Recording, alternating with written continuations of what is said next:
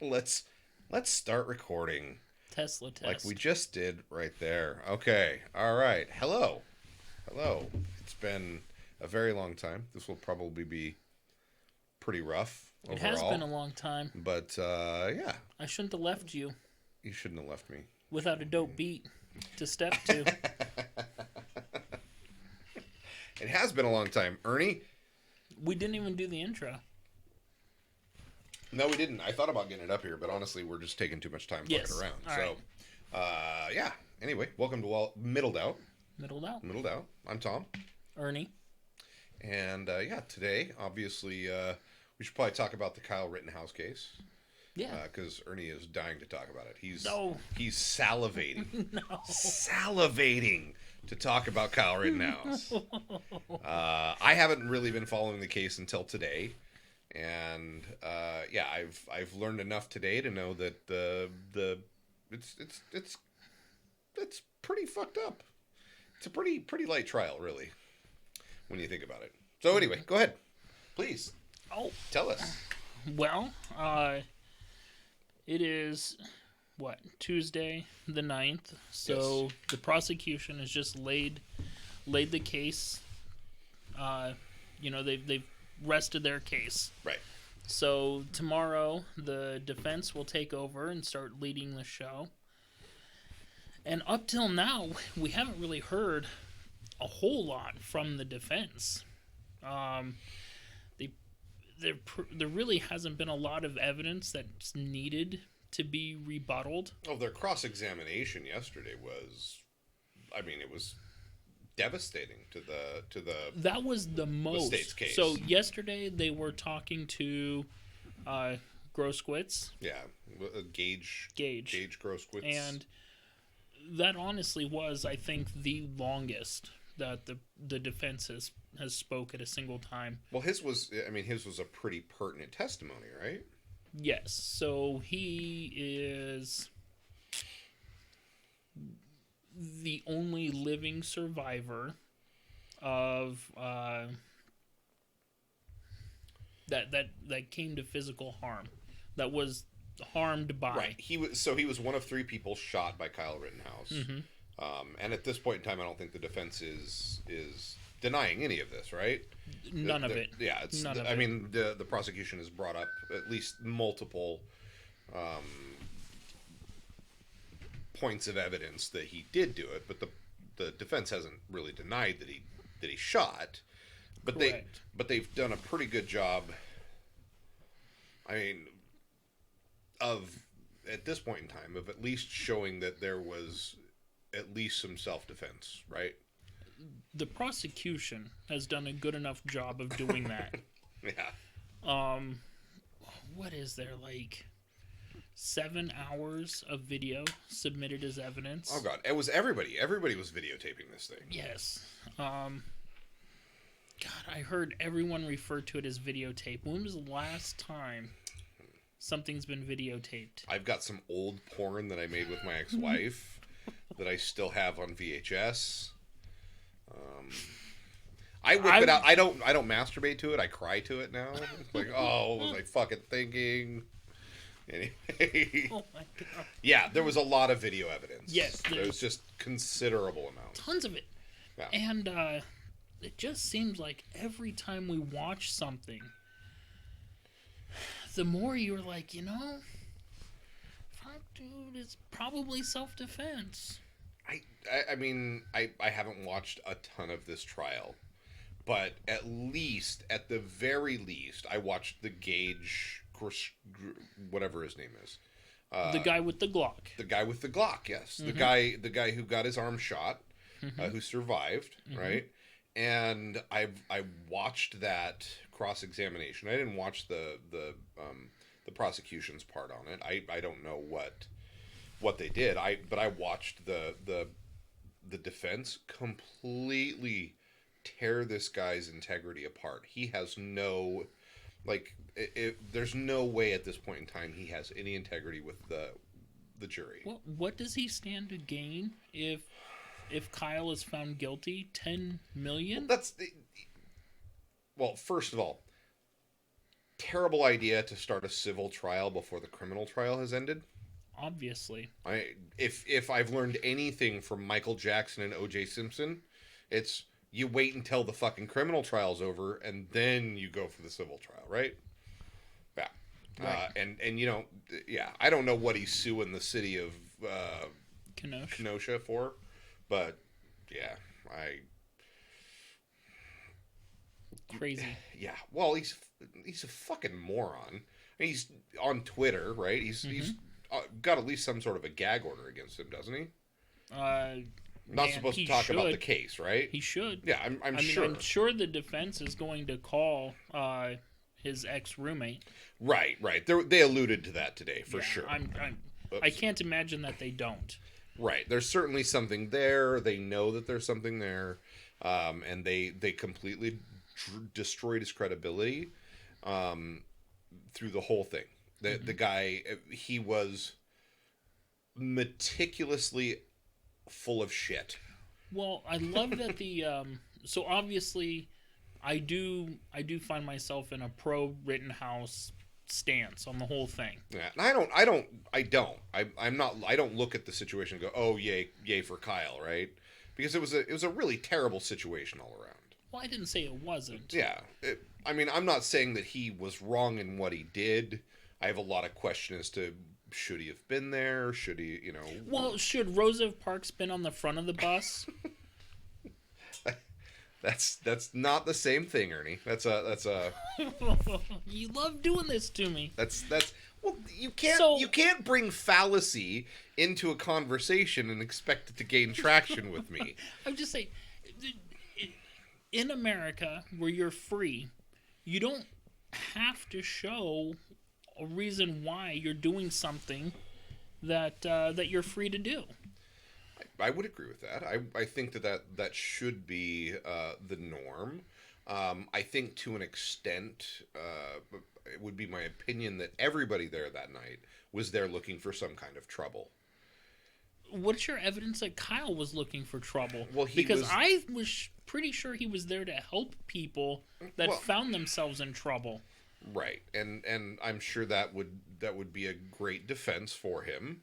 I think it is literally his defense. I'm pretty sure it is his defense. Well, except for the fact that the one surviving member there's video evidence the guy had a gun to him, right? Correct, and then he admitted when the defense was cross interrogating him. Yeah. He admitted, no, Kyle didn't shoot me until I pointed my gun at him. Right. And that's when it took. Oh yeah. Yeah. Well, the defense did a really good job of framing that, right? Mm-hmm. That's what they're supposed to do. They did their job. And I don't know, so in one of the videos that I watched earlier was from one of the personalities on Court TV who was once a prosecutor, and he had several other prosecutors on with him, and they were discussing, kind of the role of a prosecutor. And the prosecutor should not be there to convict people. The prosecutor should be there to find the truth, and if there's a crime involved, to present that evidence and present the truth and make that justice, right? That's how it should be. I don't think that that's necessarily how it is a lot of times, but the prosecutor should be there to try based on facts, right? Facts gained from the investigation or whatever happened, and moving on there and present facts and be able to do it. Now, a defense doesn't have necessarily the truth. That they don't have to have the truth. They just have to at least frame it in a way that convinces a jury that whatever they're trying to convince them, right? That's the defense attorney's job when you're in a jury trial. And when you're talking with a judge, and there were several people who were talking about a dismissal based on there's no way they could convict him at this point in time. Right. Based on the because evidence. of the burden of proof is so high. Right. So you can't convict him. I mean, it's pretty obvious at this point in time. They shouldn't get a murder conviction, right? Based on the law. I don't see how. Right. And I don't, I haven't seen the other video footage, but so and I haven't followed a ton of it. I can remember back shortly after it happened. The first person who was shot was Rosenbaum. right, was following him through like a car lot, and there were some Chasing. They were at speed. okay, so they were chasing. Yes, there was chase being given. There were shots fired at some point in time. Not necessarily in that situation, but until Kyle Rittenhouse shot. Rosenbaum didn't shoot, right? Correct. But he was chasing him down or following him and threw debris at him. Okay, right. And that one, I'm trying to remember. He was kind of getting backed into a corner on that in that specific video. Rittenhouse. Right? Yeah. Well, he was kind of being backed into a corner, but he was being overtaken. I mean, Rosenbaum was just faster. He's more athletic built than Rittenhouse. So, I mean, at a certain point, Kyle he just had to do something because he was getting run down. So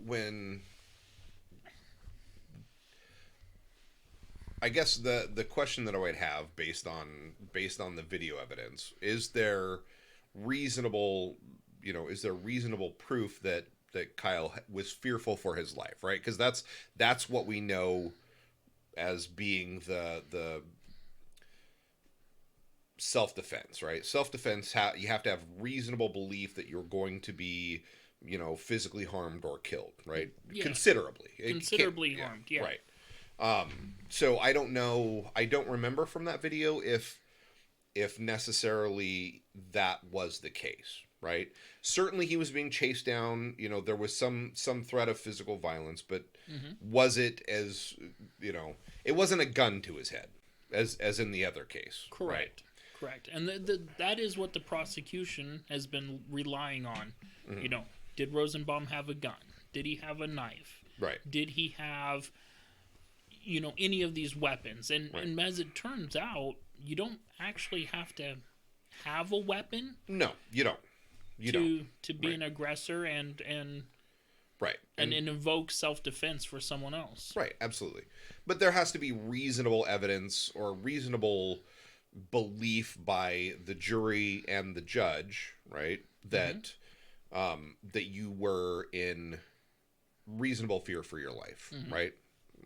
It was him or me kind of situation. Which obviously with the Gage guy, there's considerable evidence that he had justifiable cause to defend himself. I mean, not to mention the fact that prior to the engagement with the guy with the Glock, he's being stomped and beaten with other objects, which would certainly be defense. And I don't remember in that attack when he's on the ground. I know he shoots the guy Gage. Does he? Was one of the other people there? Yes. So was it the skateboard guy? Okay. Yeah, the skateboard guy. Reasonable evidence to present or to prove that he. Gosh, I'm gonna pull up these names. Yeah. So. I like using the euphemism skateboard guy. Glock Well, they guy. actually literally used flying ninja kick guy. Well, it was jump kick guy or something Jump kick like that. guy. Yeah. I did actually watch a bit of that video on my lunch break today, and that was pretty bad. But I mean, in that circumstance, you're armed, you have a gun, and he doesn't shoot until he's being physically assaulted considerably. Like he gets stomped, he gets hit in the head with a skateboard. I think it was a glancing blow. I think he was able to move enough, but I mean, still, it was only not serious because he was able to move out of the way. Right. But you have a mob of people following you, chasing you down, and and he had said after the first incident that he was going to find the police. Right, that was the video evidence with the Gage guy earlier, prior to the chase down and him getting shot. Man, the internet out here seems kind of slow. Or it I'm not is. on, or I'm not on your network. If you can find the Wi-Fi right in that room over there, you should be good.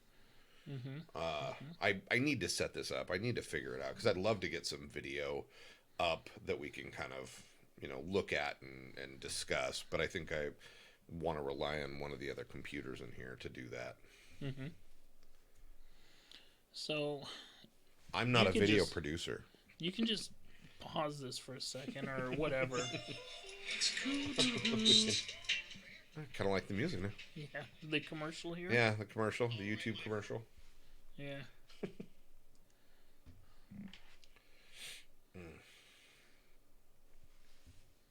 So I will admit, Ernie's been watching this like since the beginning, right? Yeah. You're very interested in this case. I wasn't necessarily interested in it, but I did see some things today, so I decided, and I knew we were doing this tonight, so I thought I'd do a little research.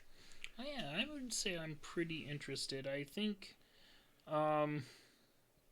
there might not be a lot of... Well, there won't be any federal precedent to come from it. Are we...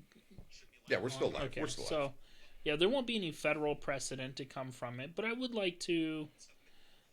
I mean, I kind of want to see how it goes, how it pans out, and I personally, after seeing the video that I've seen and I've watched 25 hours, 26 hours of the prosecution. I would like to see Kyle go free. Honestly. So. I think if I think he's just as entitled as anyone else involved with the altercation to go free. Huber. Anthony Huber. Okay. Is the skateboard guy. Okay. So he's the guy who's he took one to the chest. Okay. Yep. And he was attacking a man who was armed, who he knew had already shot someone, right? The likelihood. I don't know. Yeah. I don't know what he knew because, I mean, it was at least a block and a half from Rosenbaum. That's what, a minute tops? Right. It's not a long time, right? No, but it's not. So yeah. But I mean, get what you're at saying. that point, they didn't know who it was. Yeah. For sure. I mean, they obviously had a good idea Well, because I they were think right. The mob was kind of growing because there were some people who had seen, and then it kind of grew quickly and then escalated really quickly. I mean, and it was foolish because, I mean, in his engagement with, what's his name? Rosenbaum? The Grun... I want to say Gronkowski, but it's not him.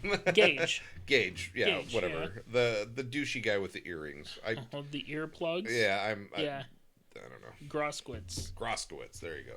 Right. So in his discussion with him, he's noticeably upset, right? He's like, I'm going to find the police. That's pretty much the extent of what he said, right? Yes. Now Gage, of course, at that time heard, I'm working with the police. Okay. So either way, I don't know why you're pulling your pistol out. You didn't see Kyle do anything. Right. You're assuming that everyone else, that these people yelling are correct. I just don't know, man. I mean, I don't know. That's why I think everything hinges on Rosenbaum. If that was a justified shoot or not. Well, yeah, because I would definitely say that that's the case. Because the other two shootings kind of sprung from that. Right, and there's certainly good evidence. There's the considerable amount of evidence for that being, for him defending his life, right? In those situations. Somebody is, committing battery with a skateboard and prepared to do more. Well, that wasn't Rosenbaum. No, that was the other guy. Yeah. Huber. So you've got Huber, Huber, who is committing battery, right? That's assault with an item. You're using something to beat on somebody, and he's got a skateboard, he's got it by the trucks, and he's freaking hammering the guy, or he hammers him at least once. You know, he's being overtaken by at least two people. He's armed. If he loses his gun, he's in a worse shape, right? Same reason they don't arm most corrections officers, right? Most corrections officers don't have firearms because if they got them taken away from them, everybody be in worse shape. So so he shoots him while the guy's committing battery on him with every bit of with understandable fear for his life, right? Which is kind of the justification for self-defense with a firearm. And then you've got blatant evidence where, I mean, he shot at it. He couldn't have waited any longer shooting the other guy, the Gage guy, without, I mean, he was literally at a point where the gun was aimed at his head when he finally shot him, right? Correct.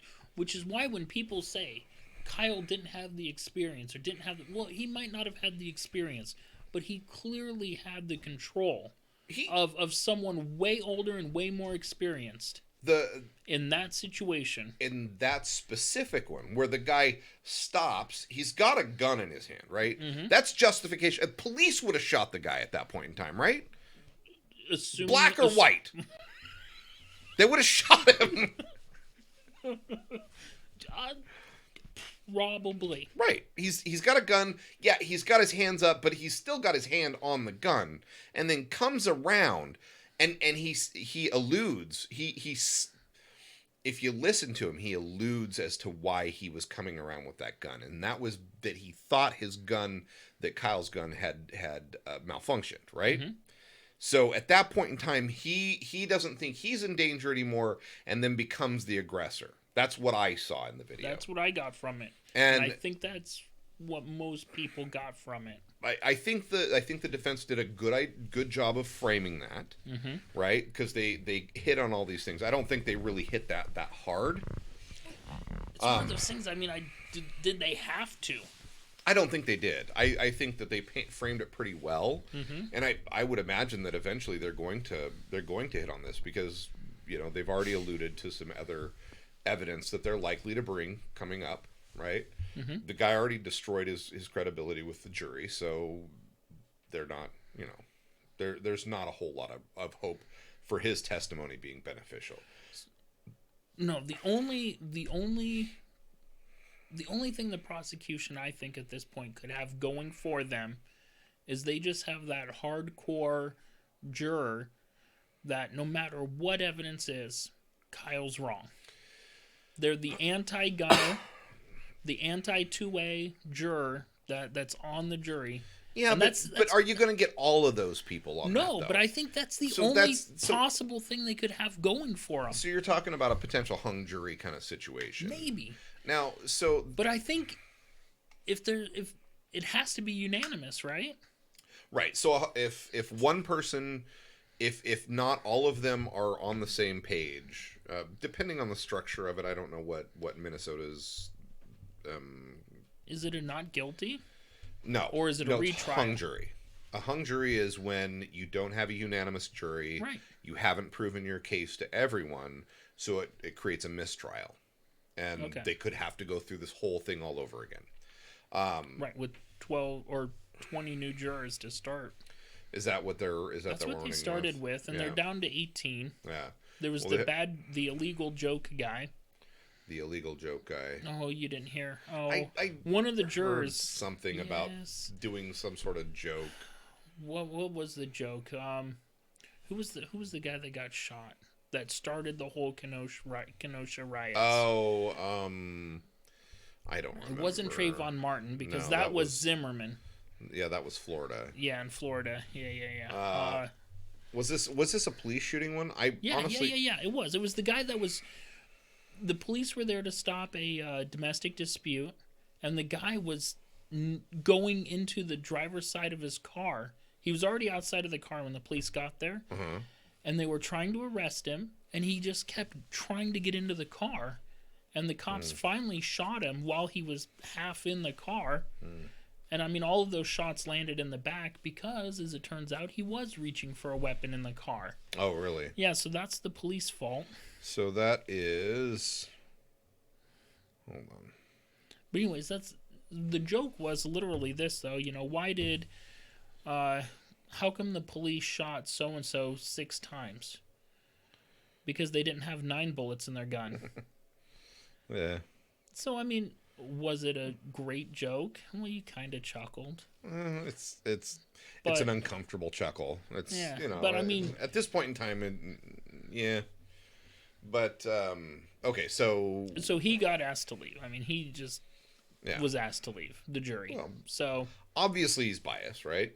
I don't know. I don't know. I mean, it could have just been. We had some bias there. It could have just been a joke. It could have been. Could have been. So at any rate, and then there was pregnant chick, pregnant discomfort chick. So that leaves us with 18 jurors still. So we haven't lost any more, and that was like what, day 3? Well, day 2 we lost Joker McJokerson. Okay. And then like the next day we lost pregnant chick. Okay. So 18 jurors, and you only have to have 12, right? So they've got some alternates and people to sub in, which is, I'm sure, smart in this kind of a situation. Yeah, because they don't want to go through it again. I mean, even the judge has commented how ridiculously slow this trial is. Well, it is, and one of the things that you mentioned to me the other day, which I noticed at least somewhat today, a lot of that time is pause waiting for them to queue up video, and much of the evidence is video. Well, there's all kinds of fucking video on this, right? That's yes. I mean, we've gotten to what's the word? Like a Big Brother state. But it's not Big Brother. We're just doing it to ourselves, right? It's a self-inflicted. One another. It's self-inflicted Big Brother. Right. So yeah, there's a ton of video evidence. Everybody was videotaping it, and I mean, there's a lot there. I don't think. I mean, based on what I understand of self-defense, I don't think that the two, the guy, the Gage guy or the skateboard guy, I don't think a jury could reasonably convict for murder, right? Because murder requires some premeditation, and he, in those two situations, there was no. It was very apparent. I mean, he was down on the ground being, physically assaulted. In those, and then coming up, and the guy had a gun. So. And the guy lied about having a gun, right? I dropped my gun. He omitted it. For the longest time until the trial, he had completely omitted it. He didn't omit it. He fucking lied about it. He lied and he said he told multiple police officers that he dropped his gun, right? I think he did drop it after he took a 223 round to the arm. I'm sure he did. I will tell you, one of the best things of that video is watching his fucking arm explode. I'm sorry, I find pleasure in some weird shit, but when you see the gun pointed at his head, and at that exact moment, his bicep is literally just exploding. It's like the snake in the foot, right? You know the old snake in the foot. If you step on the snake, it's gonna bite you.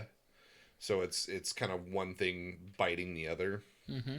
Anyway, that's kind of how I thought about it. But just at the very last moment, though, really, there was no, right. Given myself in that same situation, I would hope I would be the one pulling the trigger first, because somebody was going to. Mm-hmm.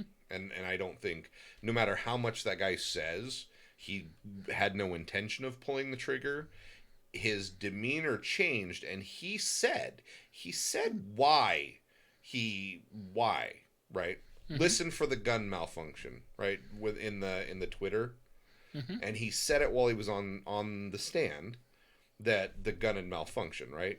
That he heard him rack the gun. Or saw him, yeah. Or saw him, right. Yeah. Which I don't even know if Kyle did. But it certainly, I mean, if I'm thinking about it, the guy's demeanor changed, and it changed in an instant because he thought that the guy's gun had that Kyle Rittenhouse's gun had He had a failed. reason for that, though. His thought was, Kyle's gun malfunctioned because, and we know this because Kyle was trying to shoot him, and nothing happened. So by Kyle racking the bolt was prepping the gun to attempt to shoot him again, and that's why he had to spring into action when he did. Because if he didn't, Kyle was going to against him. Is that what you gleaned? That's what he was saying. That's what he okay. was saying happened. Okay. And I just don't buy it. Well, I don't buy it. We both know how ARs operate, right? He had already shot it. 4 at Rosenbaum. Yes, 5th 4 in into less than a Huber. second, right? Yeah, or thereabouts. 0.72 seconds, I think, is what I heard. Yeah. Which is not going to be good if they start talking about, if the talking heads start talking about that, right? Oh, he shot off four rounds in under a second. We need to get rid of semi-automatic guns. You know, let's get rid of these big bad AR-15s. Yeah, there's a guy with a lever action that can do it. Oh, really? Oh, what is his name? He's an old-time shooter. He does a lot of trick shots. Was a 1,000-yard 357 Magnum balloon pop. Oh, I've seen that guy. Yeah, I don't know who he is, but dude, he's like a professional shooter, right? Yes. Yeah. Yes. And I mean, he can just lay waste with the lever action. Probably 357 mag, if I had to guess. Yeah. But Loaded with 38s. I don't think I could pop off 4 rounds in under a second with a semi-automatic gun. No. Maybe with a what's the like a binary? A binary or one Then of you the definitely reset triggers. Yeah, force reset. Force reset triggers. Yeah, Maybe with one of those. No, then you definitely. With some practice, but I don't think I could bam bam bam bam. No. No, you bam bam bam bam bam. No, it's still more than a second. People do it all the time. I'm Like, maybe it's with not- practice, but I just walking around right now, it's going to take me 1.5 to 2 seconds to pop off 4 rounds. Probably. It's expensive. I don't want to spend that much money. No joke. No joke. Uh, I bought a case, 223, 55 grain, a Botel hollow point, not a bad round. Probably gonna get sub MOA out of my my Bushmaster with it. I've got one of the old school Bushmasters, not one of the new Remington Bushmasters. But still, $650 for a case. 65 cents a round. 65 cents a round. That's Yeah. almost It's a lot. $20 a mag. Yeah. You would. I mean, and this has been the case since that time, right? We were out of ammo. Slightly before. Yes, we were before out, this. By that time, we were out of ammo. So he was being very conservative with his ammo, right? He was actually, you know what? Now that we think about it, Yeah. he was quite reckless. You think? Oh, because Yeah. he probably killed what's his name in less than 4. Rosenbaum. Yeah, could he have done it for $3 instead of $7? That's fucked up. Not good. There's the nihilist part of me, and I think of things on a lot of different levels, but there's a nihilist part of me that's like, none of these people should have been there, and I don't know that any of them didn't get what they deserved, right? No good deed goes unpunished, and Yeah, Kyle is absolutely. learning that. He's He is learning that. I mean, he's definitely learning that. And he's a very visible trial because shootings happen often, and things we know about these, but now this is just this big public fucking. and again, it's a trial that really doesn't have any precedence outside of Kenosha County, but yet it's being watched by probably as many people as Oh the my God. OJ trial. Oh, fucking more, dude! I don't know. Because No we one at only my had work- we had cable back then, but it wasn't widespread, and it was mostly network coverage. So we're talking about fucking internet people watching this shit. There's, as far as media coverage, if you include everybody, way more than O.J. Simpson. Well, hold on. O.J. Simpson had the publicity stunt with the Bronco down the freeway. Yes. And that drove a lot of viewership to the trial. Yeah, but this also had a lot of. It was like a movie trailer. It was very much like a movie. Do you remember it?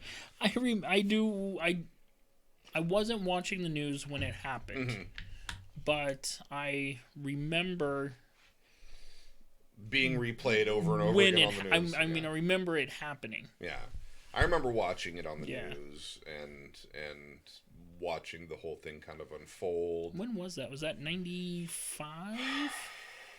No, it was before that. No, are you sure? What year was this Bronco? It was like a 92. Okay. I want to say it was 92. Let's see. When was O.J. Simpson running from the cops? I want to know what year his Bronco was. That thing is actually probably worth a pretty penny. Well, not that one. Well, probably that one. Oh, that one's worth a lot, right? Yeah, that's worth a lot more. Yeah. Okay. I'm sure. That's a good question.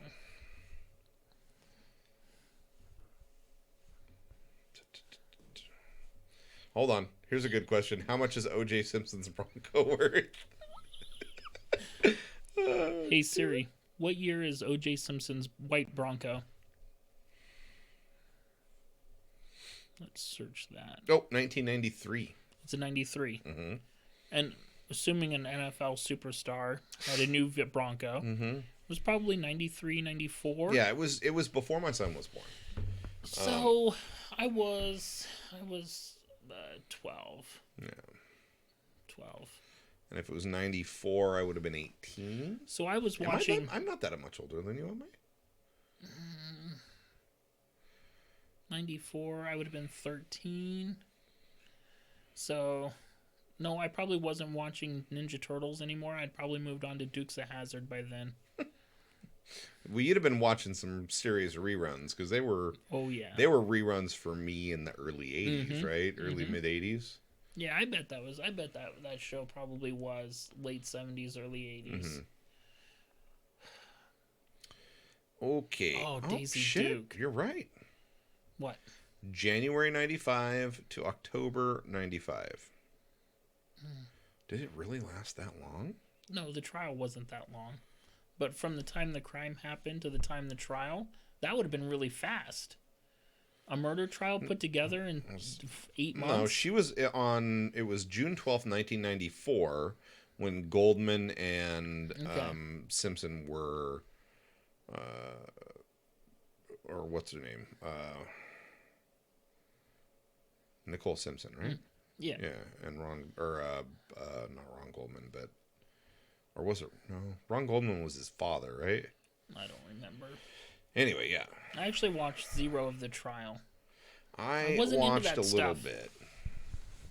I watched a little bit of it, not a lot. I watched it mostly because I want to say my grandmother watched a fair amount of it.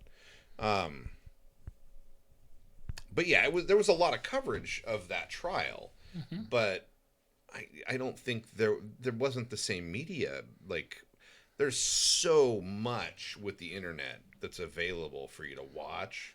I mean, it doesn't matter what your point of view. I'm sure there's somebody out there stating it, which back then it was. I mean, I think the media was a little less biased back then. Could have been, but my point is this. So, I mean, think back to then. Everyone at your work, I'm assuming you would have been working then. Yeah. You were 18. No, let's see here. 17? No, 18? Okay. 17, 18? Hold on. I gotta do the math. So put yourself in a group of 20 people, though. Yeah.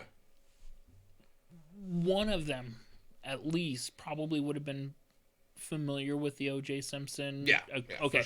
For sure. So I go to work, and I'm like, oh, man, are you guys following the Rittenhouse trial? It's kind of interesting, especially if you're pro-2A, pro-self-defense, pro-self-defense with a gun. Right. Like, it's kind of interesting. Maybe something that could pertain down the road. No, what's that? Who's this? Really? No, go to That's your work interesting. tomorrow and just try it. Like, hey, I don't talk to most of the people that I work with like that. I got one guy I probably would ask about that. I'd probably say, hey, have you been following the Rittenhouse trial? And we talk pretty well, so he'd probably let me know. But yeah, no. But ask a couple of people that you normally wouldn't ask, and just ask, get a feel like, hey, have you been watching? Just ask them and see, and then call me and let me know how. If you ask 3 people, let me know if any of them have even heard of it. Mm-hmm. I'm gonna venture to guess probably not, or they know what's going on and they've seen something about it, but they don't know anything about it. Like they're just like that probably would have been the case with O.J. Simpson. There was less media available at that time too, so I'm just saying. I bet that even had more coverage than this. Yeah, I mean, comparatively, perhaps. There's just But that being said, I don't know. Do you think that the prosecution really proved their case with Rosenbaum? Without a reasonable doubt, no. Or beyond, no. Okay. No, I think they did come up short. I mean, really, what they had to go off of is the problem is every witness that the prosecution called up that was there on the scene, because they called a lot of witnesses that were there after the fact or never even went to the crime scene. They were calling witnesses like that. And, they had, like, Anthony Hoover's great aunt there. And I don't even know where she's from. She might not even be from Kenosha. But she definitely wasn't out hanging out with him that night. Yeah. Like, she doesn't know what happened. But every witness they called that was there, that was a first-hand witness, all of them, 100%. Yeah, Rosenbaum was acting crazy. He was really pushing things more and more extreme. Protesters, we'll call them protesters, okay, because I don't know that all of them were rioters, right? But the rioting protesters, they were even coming up to Rittenhouse's group and was like, "Hey, that guy there, like, man, we don't know him. He's not part of our group." Did they have any, was there any evidence of this? I think it's going to come up. Okay. Well, it already has. Okay. So, it's already been talked about, but I think they're going to have some people come up and actually, say it. That. Right, but that actually said it. When you have so much video evidence, it would be nice to have some video evidence of this guy. I mean, and I don't. I'm trying to remember. So everyone has said this guy is crazy. He's nuts. He's not with us. Okay. Everyone has said that. So even all of the prosecution's witnesses basically said this guy was trouble. Was rolling. He's trying to get shit going. He's instigating. Okay. Yep. So there's. No, what was your point?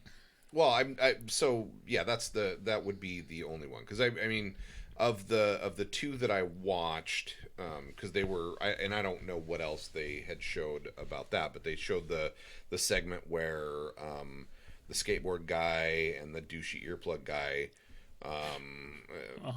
let's call Kyle Rittenhouse the dumb redneck with a gun, with great self-restraint. Yeah, absolutely. I'm not saying that because I don't know I would have had that self-restraint, right? I wouldn't, if somebody kicked me in the head, I probably would have laid waste to everybody in the crowd. Yeah.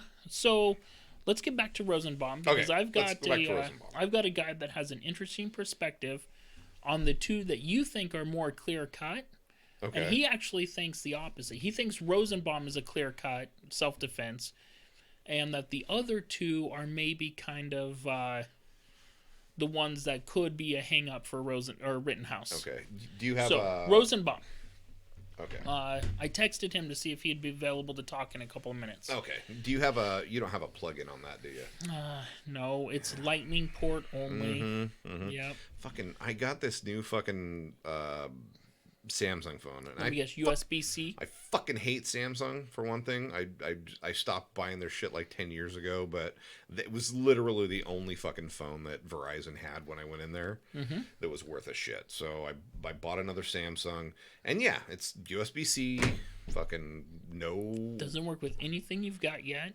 It works fine with my Bluetooth setups, but... Well, I meant for charging or data transfer.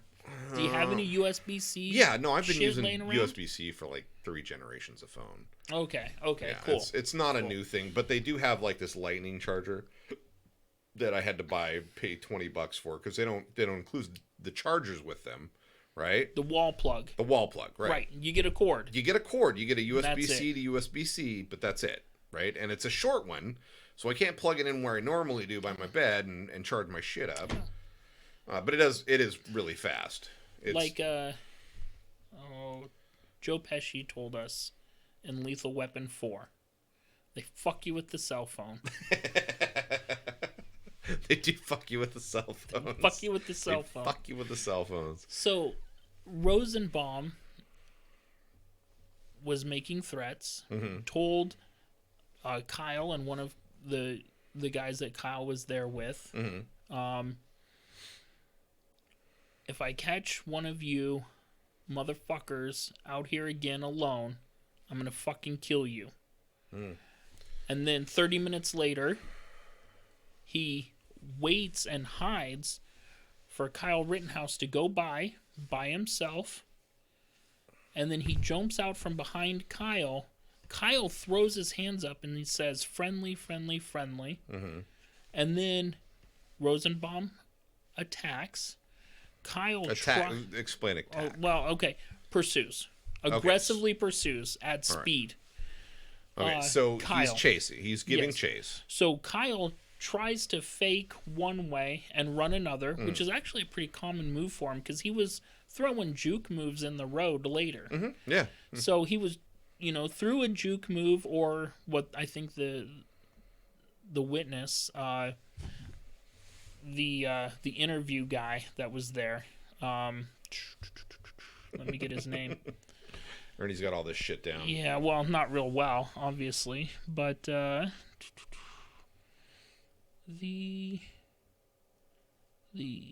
Richard McGinnis, who is he was the endangerment charge. So McGinnis is actually a, quote, victim, because he was by Rosenbaum when Kyle shot him, and so therefore he was in danger, a reckless endanger. So they've charged him with reckless endangerment because as well. Of McGinnis. Okay. But McGinnis was testifying for the defense, the prosecution, of how crazy Rosenbaum was. And it basically just told the jury, like, yeah, Kyle was there. He yelled, friendly, friendly, friendly. Rosenbaum pursued him. Kyle juked or spin pivots, tries to get away, and then Rosenbaum's hucking shit at him in the parking lot, and eventually catches up to him, lunges for the gun. Kyle moves the gun so that he can't be grabbed. Because of that lunge, Rosenbaum is now falling because he lunged and missed. And when you lunge for something, you're pretty well committed. Like, you either make it or you don't. And that's when he gets shot. So the prosecution is like, oh, so he was falling at the time that Kyle shot him. So while he was falling, he's not a danger. So this isn't self-defense. And Kyle was like, or the defense is basically like, well, he was lunging for the gun. So semantics. That's yes. Was he were his hands directed toward the gun? Yes. Okay. And there was clear evidence. And McGinnis is testifying to this. So yeah dude. Self-defense. Yeah. As far as I could tell, and the problem is I've been saying it since I saw the first videos. So now it just sounds over a year ago. Yeah. Right? So now it just sounds like whenever I'm talking to like you or anyone else, it just sounds like, oh, Ernie doesn't even need to see the evidence. He's already got his mind made up. But well, like you said, dude, there's 20 hours of video evidence of this. There is a lot of it out there. From 30 different angles, and everyone has done analysis on it. And there's been very little new information brought to the table throughout this whole thing. Yeah. There's been almost nothing new. And anything that is brought to light new is almost in Kyle's favor. Yeah. And the prosecution has been the ones calling these witnesses. The whole thing is nuts. I mean, do you think, I got to be honest, do you think the prosecution on some level is like, yeah, this was self-defense? I mean, maybe. Yeah, but do you think it's just a pony show?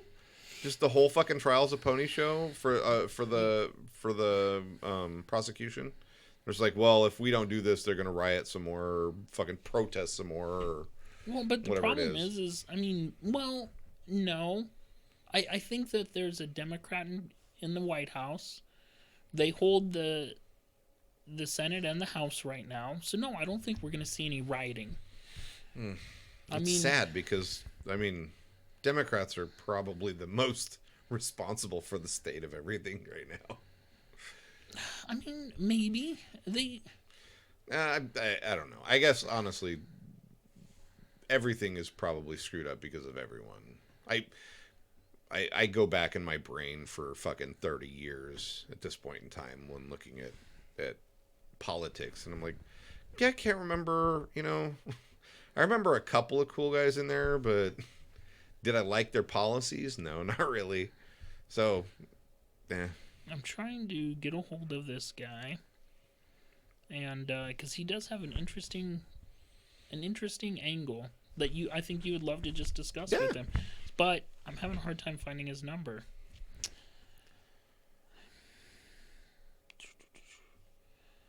This is him. Let's call it. You got him on speaker? No, not yet. Okay.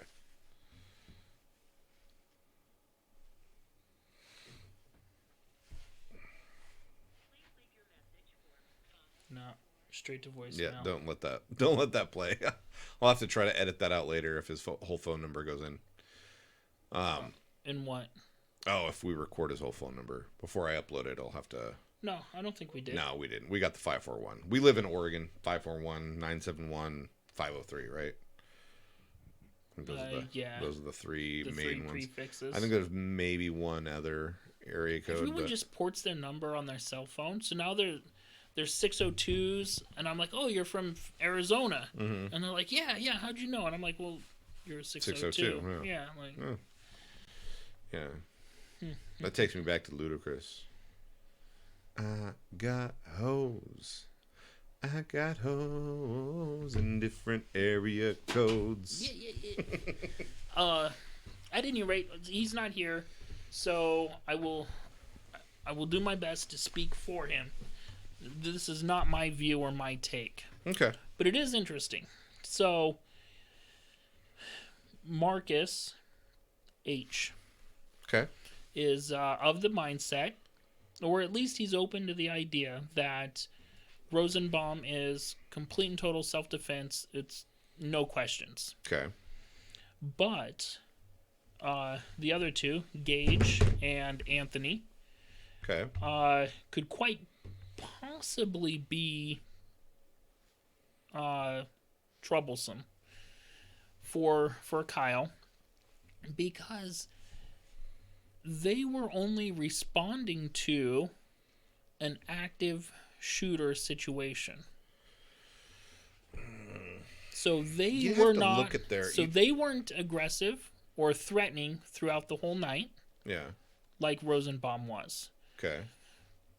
They haven't had prior interactions with Kyle. Mm-hmm. They were only responding to the information that they had at the time, which was Kyle was fleeing the scene of a crime where they believed Kyle had shot and killed one or multiple people.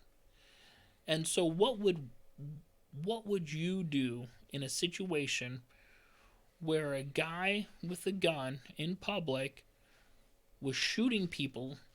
So let's put yourself there, and you've got your concealed carry. Okay, because like you're gonna go there and not. Obviously, we went to Portland. Right. We went to Portland. Both of us were packing, right? The whole time. Right. And yeah, no, I So, if there his argument or the train of thought is, yeah, what would you do? Would you allow this person to maybe get a better vantage point and be able to shoot more people? so okay, a couple of things on that. One, if I'm there in a concealed carry position, or right, and somebody is an active shooter. Now, an active shooter, I don't think this qualifies as an active shooter situation. So what's an right? active shooter? So there were 4 shots fired on one person, right? Well, And then firing stopped. An active shooter would be somebody who is, I mean, in the process of shooting. He had multiple people around him. He wasn't shooting anybody else. This wasn't a mass shooting situation. And anybody involved, anybody within eyeshot could see that, right? Because if you were in eyeshot, you would have been a target in an active shooter situation.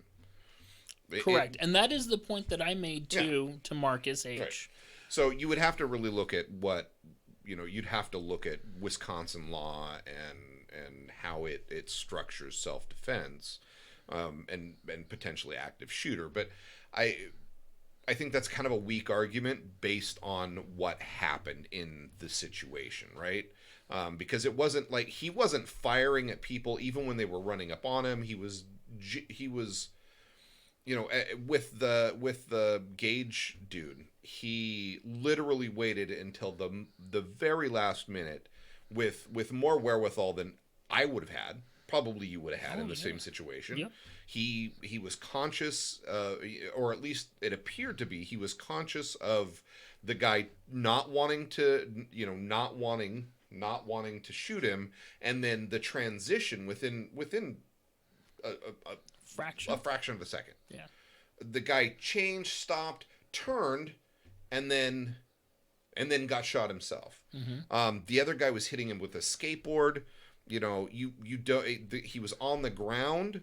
Now, was he different than the flying ninja kick guy? Yeah. So there was the skateboard guy and the flying kick guy, and then the Glock guy, and the Glock guy. Okay. Right. So whatever happened to the ninja guy? Nothing, right? Nothing. No. He did one stomp and took off. Right. He stomped and went back out into the crowd. Yeah. And you couldn't use the active shooter defense when you have a crowd of people surrounding somebody with a gun, not getting shot, and they're not getting shot. Right. And literally people attacking him, and only after he's been attacked, or when he's, at least what I would have perceived in his position as being in danger, he doesn't shoot, right? I mean, he does. He has a lot of control in that situation to not shoot, because most of us in that situation would be at least somewhat panicked. We would be in the mode of defending our lives, which it would appear, right, for just looking at the video evidence, that he should have been concerned for his life, right? I don't want anybody smacking my head with a fucking skateboard, ever. No. And I don't, Do you think that could kill you? Yeah, absolutely. Do you think it can make you... it could certainly cause severe harm, right? So you think it could kill you? Yeah, I think there's a potential. You think there. it could cause lifelong altering mental side effects? Absolutely. Physical? It could. You think it could paralyze you? With the right person. I think that's a bit of a stretch. I don't think somebody's going to be, breaking your spine or your neck necessarily. I mean, that's a lot of force for a small impact area. But your best and most dangerous with that is going to be a head injury, right? And that's going to be a significant head injury when you're using a lot of leverage with a 10-pound item, and you've got really good leverage on it with that truck. And fairly aerodynamic. Yeah. No, I definitely think there's evidence there, or at least reasonable concern for your life in the situation where you're being assaulted. Somebody's committing battery against you with a fucking skateboard while you're on the ground. To turn and shoot that person given the opportunity, I think in most jurisdictions that would stand as a self-defense, right? And then the Gage guy, I don't think, given that that testimony, anything involved in that is anything less than self-defense. And it would be equally arguable on the other side, right? If Gage had shot him and killed him in that moment, he would have had a reasonable ability to, under what you're talking about, under what Marcus is talking about, to, he's giving chase on somebody who appears to have committed some sort of an act with a gun. Yeah, I feel like I hear what you're saying, and I agree with you. But I also feel like I'm not giving Marcus's argument enough, like he would, because I don't believe in it. I'm with you. What constitutes an active shooter? At what point, is a hero not a hero? Like, are you just getting in the way of law enforcement, and are you putting your own life in risk? So he had told him, he had said, from what the Gage guy thought, from what Glock guy thought, he had said that he said he was working with police, right? So if that was his perception under anything, which is a reasonable thing to glean from the momentary interaction that they had, right? I'm going to the police, I'm working with the police. It's okay, given the stress and the the activity of the night, all the noise and everything. So why would you give chase and then pull your gun and then have your gun, in any direction, towards somebody else with a gun? No, I don't disagree. So, hypothetically, at what point is an active shooter no longer an active shooter? So if he's shooting, pop, pop, pop, pop, pop, okay, stops. Is at that moment he's no longer an active shooter? I don't know. Well, what do you think? So what I would think is... Put yourself like in the Portland Mall. When the guy went into the mall with that AK variant rifle. It was an AR, wasn't it? I thought it was an AK. No, it was an AR. It was an was AR, it? yeah. Okay. It wasn't his. He had stolen it. Okay. So he's just shooting pop, pop, pop, pop, pop. So you know what happened with that guy, right? Yeah. Didn't he shoot himself? Well, he did eventually, but he had a fail to feed. That's why I thought it was an AK. They're always stovepiping. This one, I want to say it was one of the like that generation of Bushmaster guns, and I think it had... He had a Remington Bushmaster. A Remington Bushmaster in 2000, what was that, 2011, 2010? I don't know when Remington bought Bushmaster, but it did go downhill. Did it? Yeah. They were really cheap there for a while. You could get like a sub $500 AR back in like 2012. And then they got all popular with the fucking mass shooters and so I would say a mass shooter would be somebody who has shot multiple people, not 4 rounds in under a second and then stops. Right. And then has dropped his... he has his weapon, but he's not shooting anybody else. Right. It's it's below a low ready. It's just a low. Yeah, it's not even ready. Yeah. And it wasn't until he was literally saying, I'm going to the police, and I don't know how many other people he said that to, but they definitely have video evidence that he said that. I'm going to find the police. Yes. And that's all he said, and he wasn't apparently aggressive toward anybody until they were overtly aggressive toward him. Yeah, until he tripped and fell. That's what fucked him on those 2 guys. Yeah. Because they were just waiting for a moment. And he, well, you've got a mob chasing you. I don't know about you. I often joke that I would probably be the last person to shoot, but I will say this: if I had already shot somebody that night and I have a mob of people chasing after me and screaming and throwing shit at me and running after me, oh yeah, there's no part of that. If I hit the ground, fucking shoe stomp guy would have been dead. Right. That's, I would think so. Yeah. He's aggressively coming toward me. Yeah, I think... What? Nothing. I'll tell you in a minute. But yeah, so going back to the active shooter, if I'm on the other side, if I'm the Gage guy with my legit concealed carry, right? Yeah, let's assume let's it's assume legit. I'm legit. What am I gonna do? I'm not going to chase right after him. Especially, I'm going to find myself a vantage point where possibly I could get a safe shot off, but I don't want to make myself a fucking target. no, especially if you believe him to be An what active you shooter, claim, right? an active Yeah. shooter. Yeah, no, and you know, we need a medic. You know, somebody needs a medic. Okay, great, but there's no part of what happened beyond that after his first interaction with him that would you know, that other than aggression from the crowd toward, you know, the guy with the gun, the dumb redneck with the gun. And that's I mean, that's bad on them because, you know, he was not aggressive at that point in time. Right. I think an active shooter has some aggression toward him. He seemed subdued. He seemed distraught, right? Given the situation. Who's that? The dumb Kyle? redneck with a gun, Kyle? Kyle Rittenhouse. Yeah. Yeah. So he certainly didn't seem like he was like proud of himself in the moment. He's like, okay, I've done something very bad. I'm going to find the police, and I think that was genuinely what he was trying to do. Mm-hmm. So where were the fucking police, right? I mean, you've got They were mobs. they were still a block and a half down the road with their riot line. I mean, what are they to do? They, by their own admission, they were outnumbered, outgunned, and surrounded. Yeah, I didn't see a lot of the police discussion. I saw the one young kid who I guess Rittenhouse had approached after. Like, he was the first cop that he had approached once he got to the police, and the guy cap stunned him. He pepper sprayed him.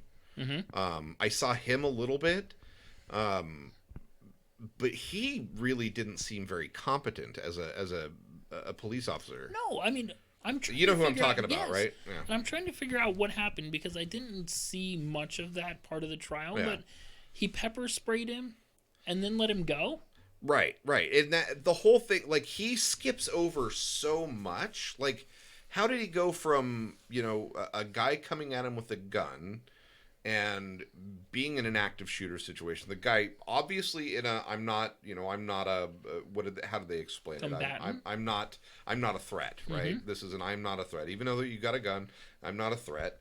I mean, in that situation, I think he probably would have been better off as the police approach to release his gun and bring it to the ground, and then, you know, be much more present as an I'm not a threat. You know, as I don't know how many times you've been taken to the ground by police, but, you know, they're pretty specific on how they want you to go down. I've been there a few times. Yeah. I'm pretty specific how I want my women to go down. And that's all the way for a very long time. But no, so I'm probably now I'm not going to be running up on the guy from behind with my gun out and not aimed at him. First of all, right?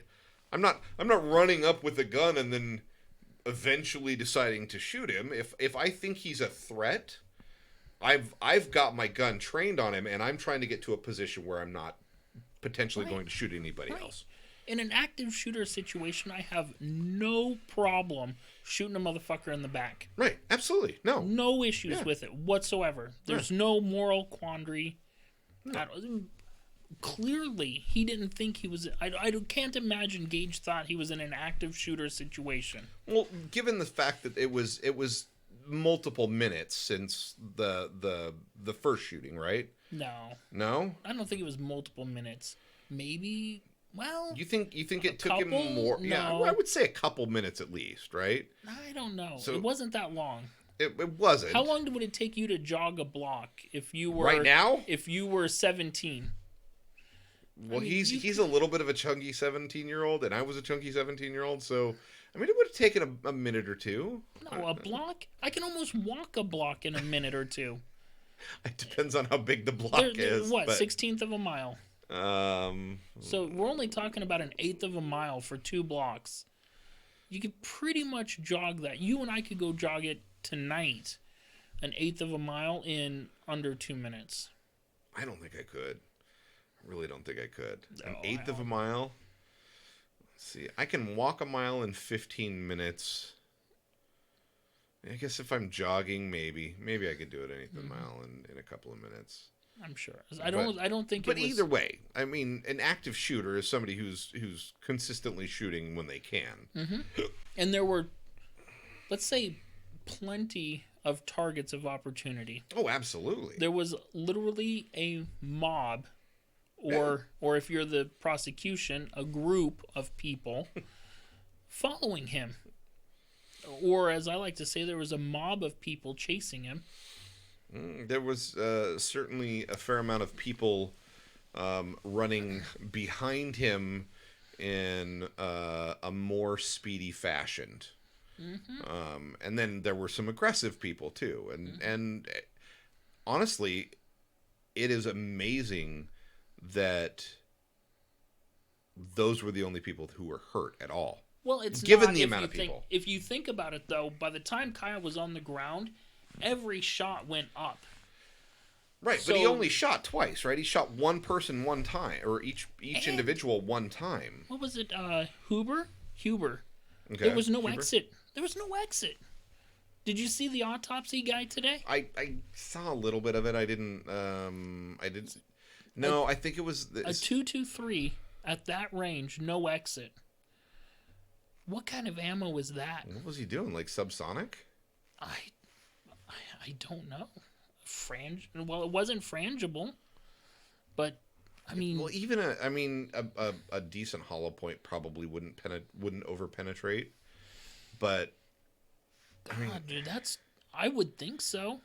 You think a hollow point? So this is why I want to do the other thing. I really want to do I love watching the videos of the gel, the ballistics gel. Yeah.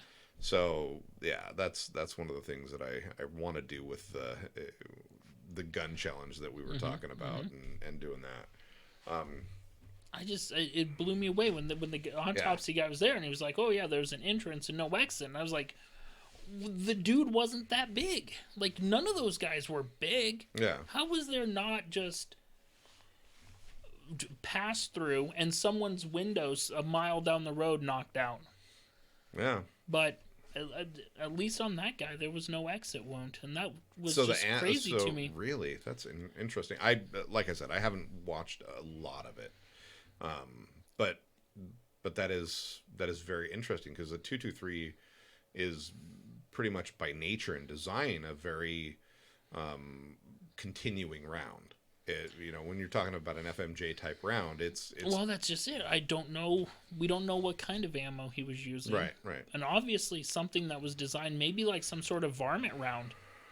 Because those will still go fast. They do go fast, but they come apart pretty quick. They lose energy real fast when they hit something, and they typically do. They'll peel jacketing very easily and then start losing bullet weight really fast. And, I mean, that's what they're made to do, is to go into an animal, come apart and cause a bunch of damage, and then stop. There's like the rounds that Jeff M. shoots when he's out dog hunting, the Varmageddons.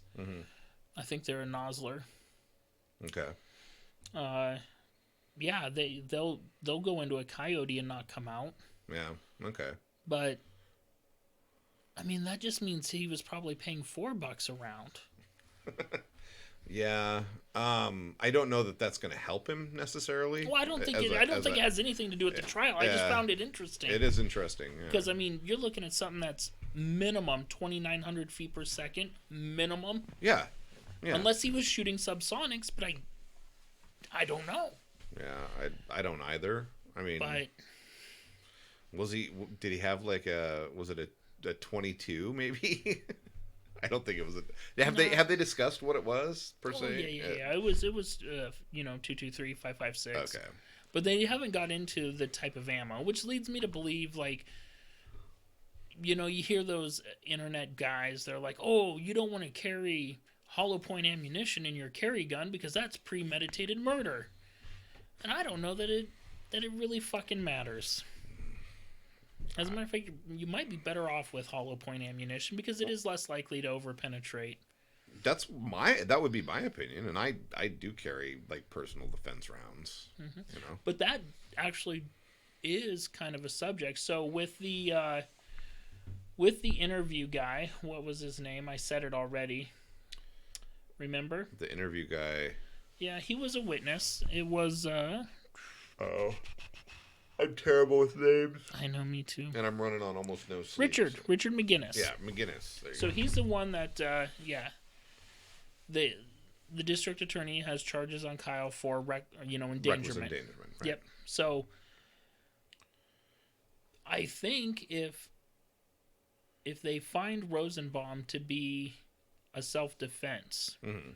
then I think that umbrella of self-defense covers him against, because he wasn't actually hurt, Mm-hmm.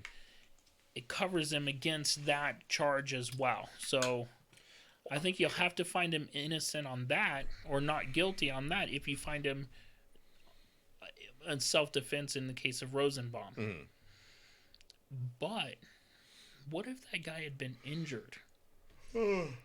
So you kill Rosenbaum and that's self-defense, but your round over penetrates and kills McGinnis. I wonder then what? Then even if you have a self-defense charge, I'll bet there's a potential for a manslaughter, like a lesser charge. But how do you send someone to prison for protecting their own life?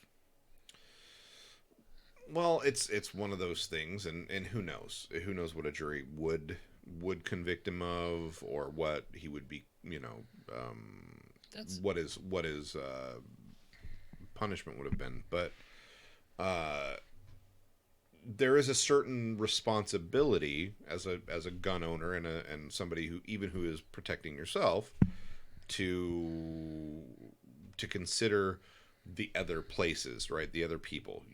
It's one of the 4 rules. Where are you shooting and beyond, right? Mm-hmm. Is there something beyond where you're shooting that can be injured or killed?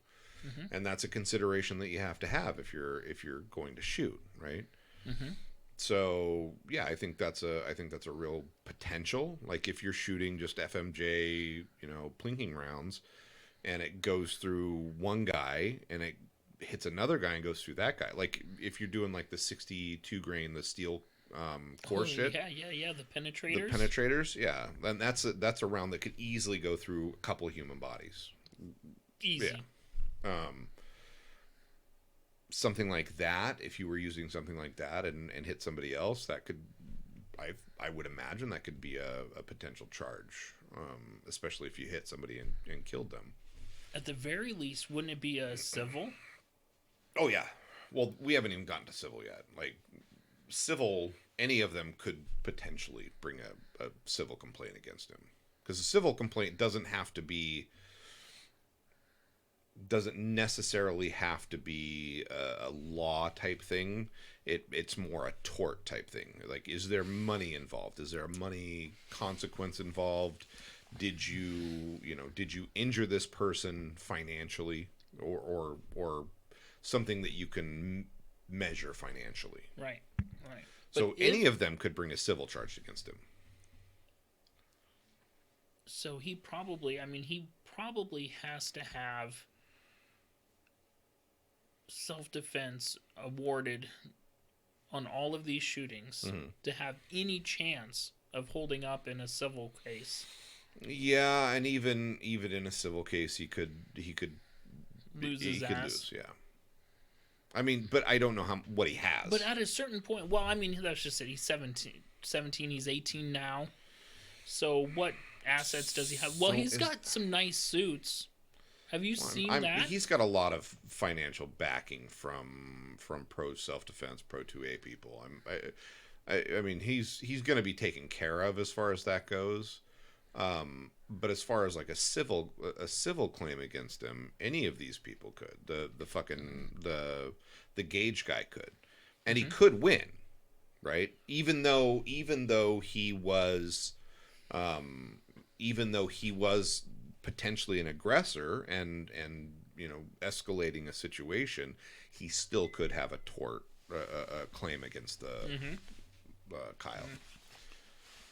So I mean, that's something that will come. He's probably not worth enough to bring a civil claim against. I mean, other than for showmanship's sake. So what would be this? What do you think the statute of limitations on that would be? On civil, it depends on the jurisdiction. But So most of my experience, it's 2 to 6 years. Okay. With civil.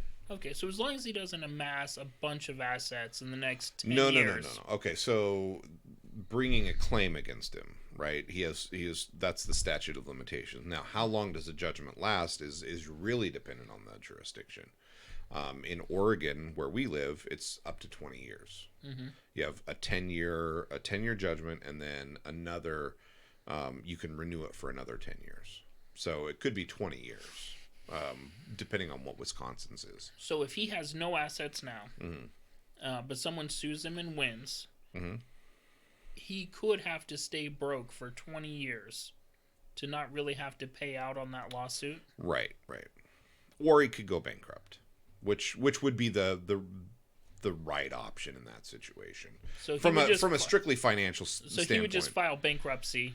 You get through to the other side and you file for bankruptcy. And so you get all the lawsuits done. Yep. And then you file for bankruptcy and tell those people to go fuck themselves. Basically, yeah. That's what you would have to do, because he doesn't have any money. It's a justifiable bankruptcy unless he really does have assets, right?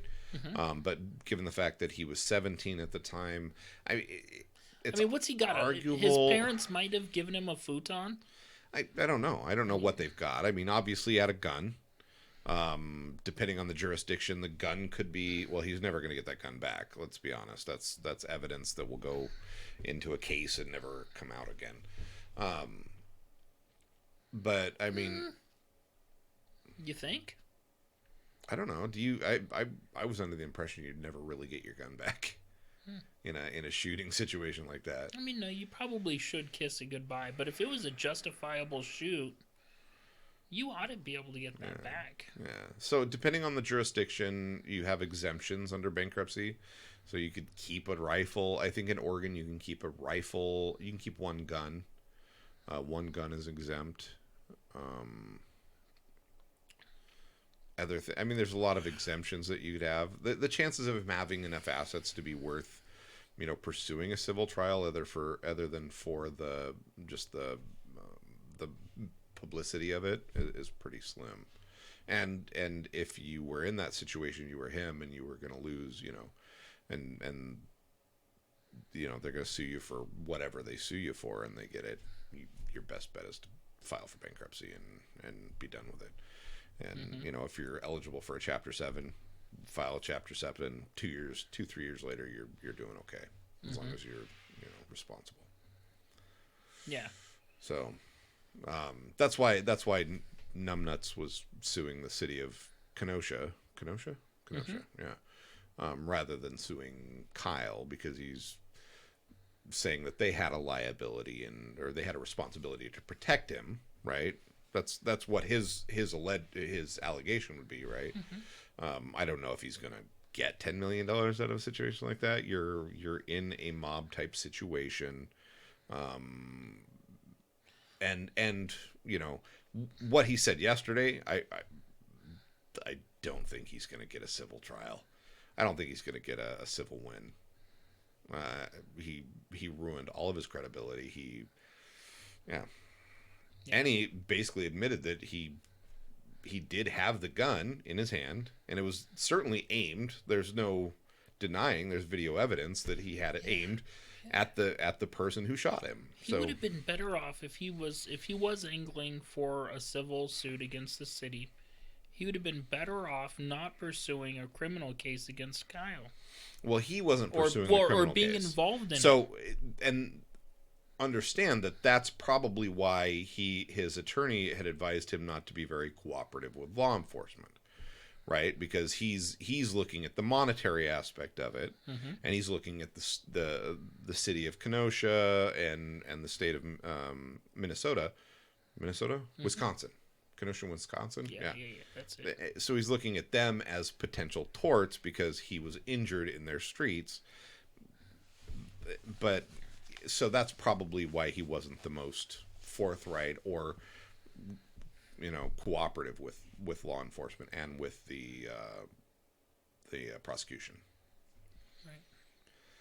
But that being said, what came out during the thing, certainly devastating on both fronts. Yeah, the criminal case against Kyle and his civil. Mm-hmm.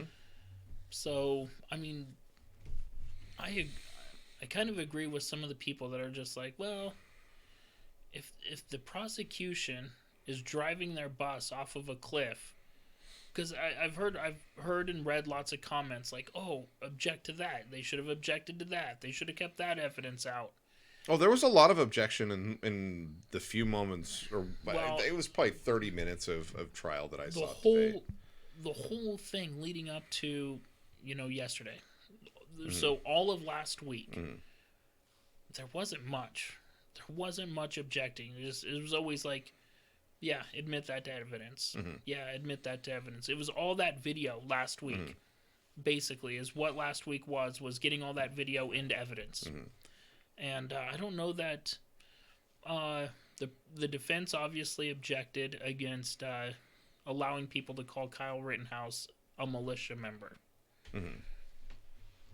So that word wasn't allowed to be used because there was no one there to substantiate that Kyle was a member of any militias. Right. So, but I mean, really, other than that, there was just like, yeah, admitted to evidence, and I was just thinking, like, well, there's a lot of things that you can't really deny. Like if it's video evidence that has been received through proper channels, right? Either been voluntarily given or received under subpoena or search warrant, then you can't really object to it. And it's very much evidence for both sides of the case. So objecting to a lot of that stuff would be a big hindrance on both sides, because really what they're both sides are trying to do is frame a narrative in their favor, because there's a ton of video evidence and everybody's already seen it. Yeah. Oh, or yeah. anyone that's been interested in it has been able to watch it for the last year and 3 months. Yeah. And I haven't watched a ton of it, but I do remember watching it back when it first happened. I definitely remember, perceiving it as, at least the first guy, the Rosenbaum guy, perceiving that as being somewhat self-defense because of a couple aspects. One, the guy was definitely giving chase, and you could hear gunshots, what appeared to be gunshots in the video, near the situation. And if you think somebody's shooting near you and they're still aggressing toward you, there's certainly a reasonable fear for your life. And that's all he has to prove is a reasonable fear. Yeah. So, and I don't know that he has to prove that as much as the prosecution has to prove that there wasn't. Right. And and I don't think they've done it, at least in what I've seen, in the two, in the short video and what they were talking about in those things. The other one I think is a little less clear because I don't remember it being. I don't remember it seeming quite as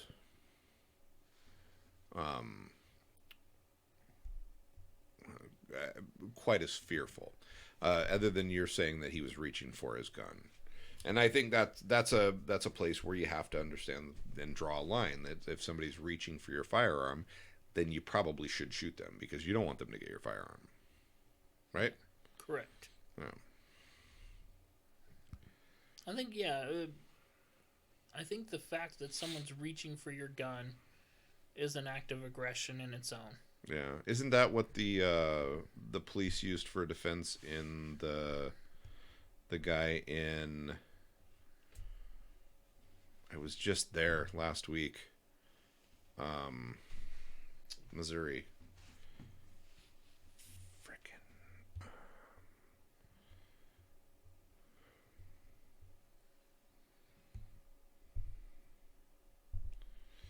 Hold on.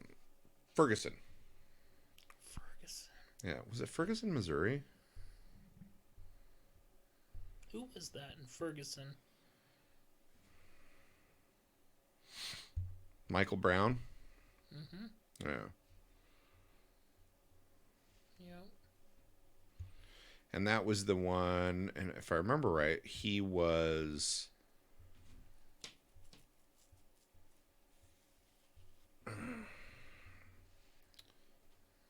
Is that the one where he came toward the police cruiser, and then... No. Who was that? I don't remember. No, I'm not disagreeing. I Oh, don't okay. remember.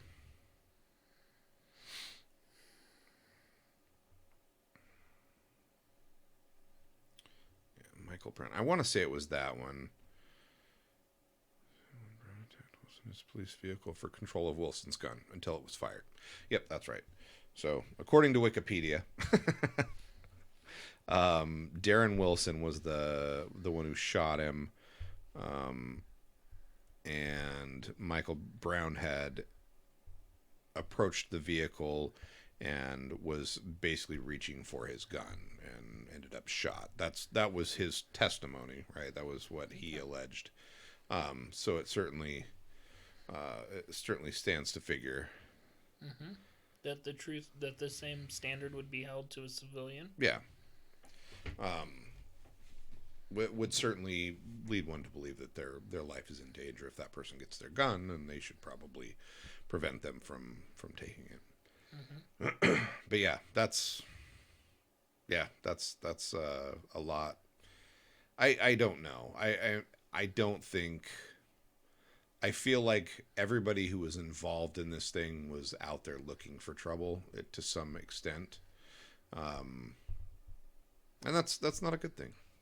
I don't think we should all go out looking for trouble. I certainly think that if trouble finds you, you should probably be able to take care of yourself. Well, let's look at this. When we went to Portland, mm-hmm. Were we out there looking for trouble? No, we weren't. But we weren't brandishing weapons, right? We weren't outwardly showing weapons. We had weapons there for self-defense. We had the ability to defend ourselves. But you said everyone out there was looking for trouble. To an extent, yes. So the whole idea of walking around with an AR strapped to you is very militant. It's a mental tactic, right? Mm-hmm, maybe. So yeah, I think it's bad that it happened. Now, should it have happened or shouldn't it have happened? Was he there trying to help people? Was he there trying to protect certain people? Maybe. I don't know. I don't really know that much about that side of it. I know that he certainly went out of his way to be in a place where violence was occurring, and put himself in a position to potentially use his firearm, and he did, and that's a bad thing, and it's something that he's gonna have to live with forever. And he doesn't. I mean, I read people, and he does seem like somebody who has a conscience. Like, he doesn't. In the moment, in the moments following, he definitely was in a state of shock. He was definitely concerned about what he had done. Mm-hmm. For himself. I don't know. Was he like, oh fuck, now I'm gonna go to prison, or? I don't think so. I wouldn't say guy. so. I wouldn't say so. He's a young kid. He didn't come off in any of the video footage that I saw as being like a narcissist or a sociopath or somebody who doesn't have a conscience or doesn't understand right from wrong. Mm-hmm. I think he probably had a pretty good idea of what he believed right and wrong was, and I believe he was probably there trying to be on the right side of things. He just ended up finding himself in a shit show. Okay, so Marcus H has a couple minutes. Okay. Do we want to take that call? Yeah, we'll put him on. All right. Yeah, just call him, put him on speakerphone, and... Well, he's going to call me. Okay. So I think he's probably just getting into a quiet room. He's not working now, is he? Yeah, he's still working. At this late? No, no, no, not right now. I Oh, thought you oh, meant. no, no, no, no, no. You there, bud?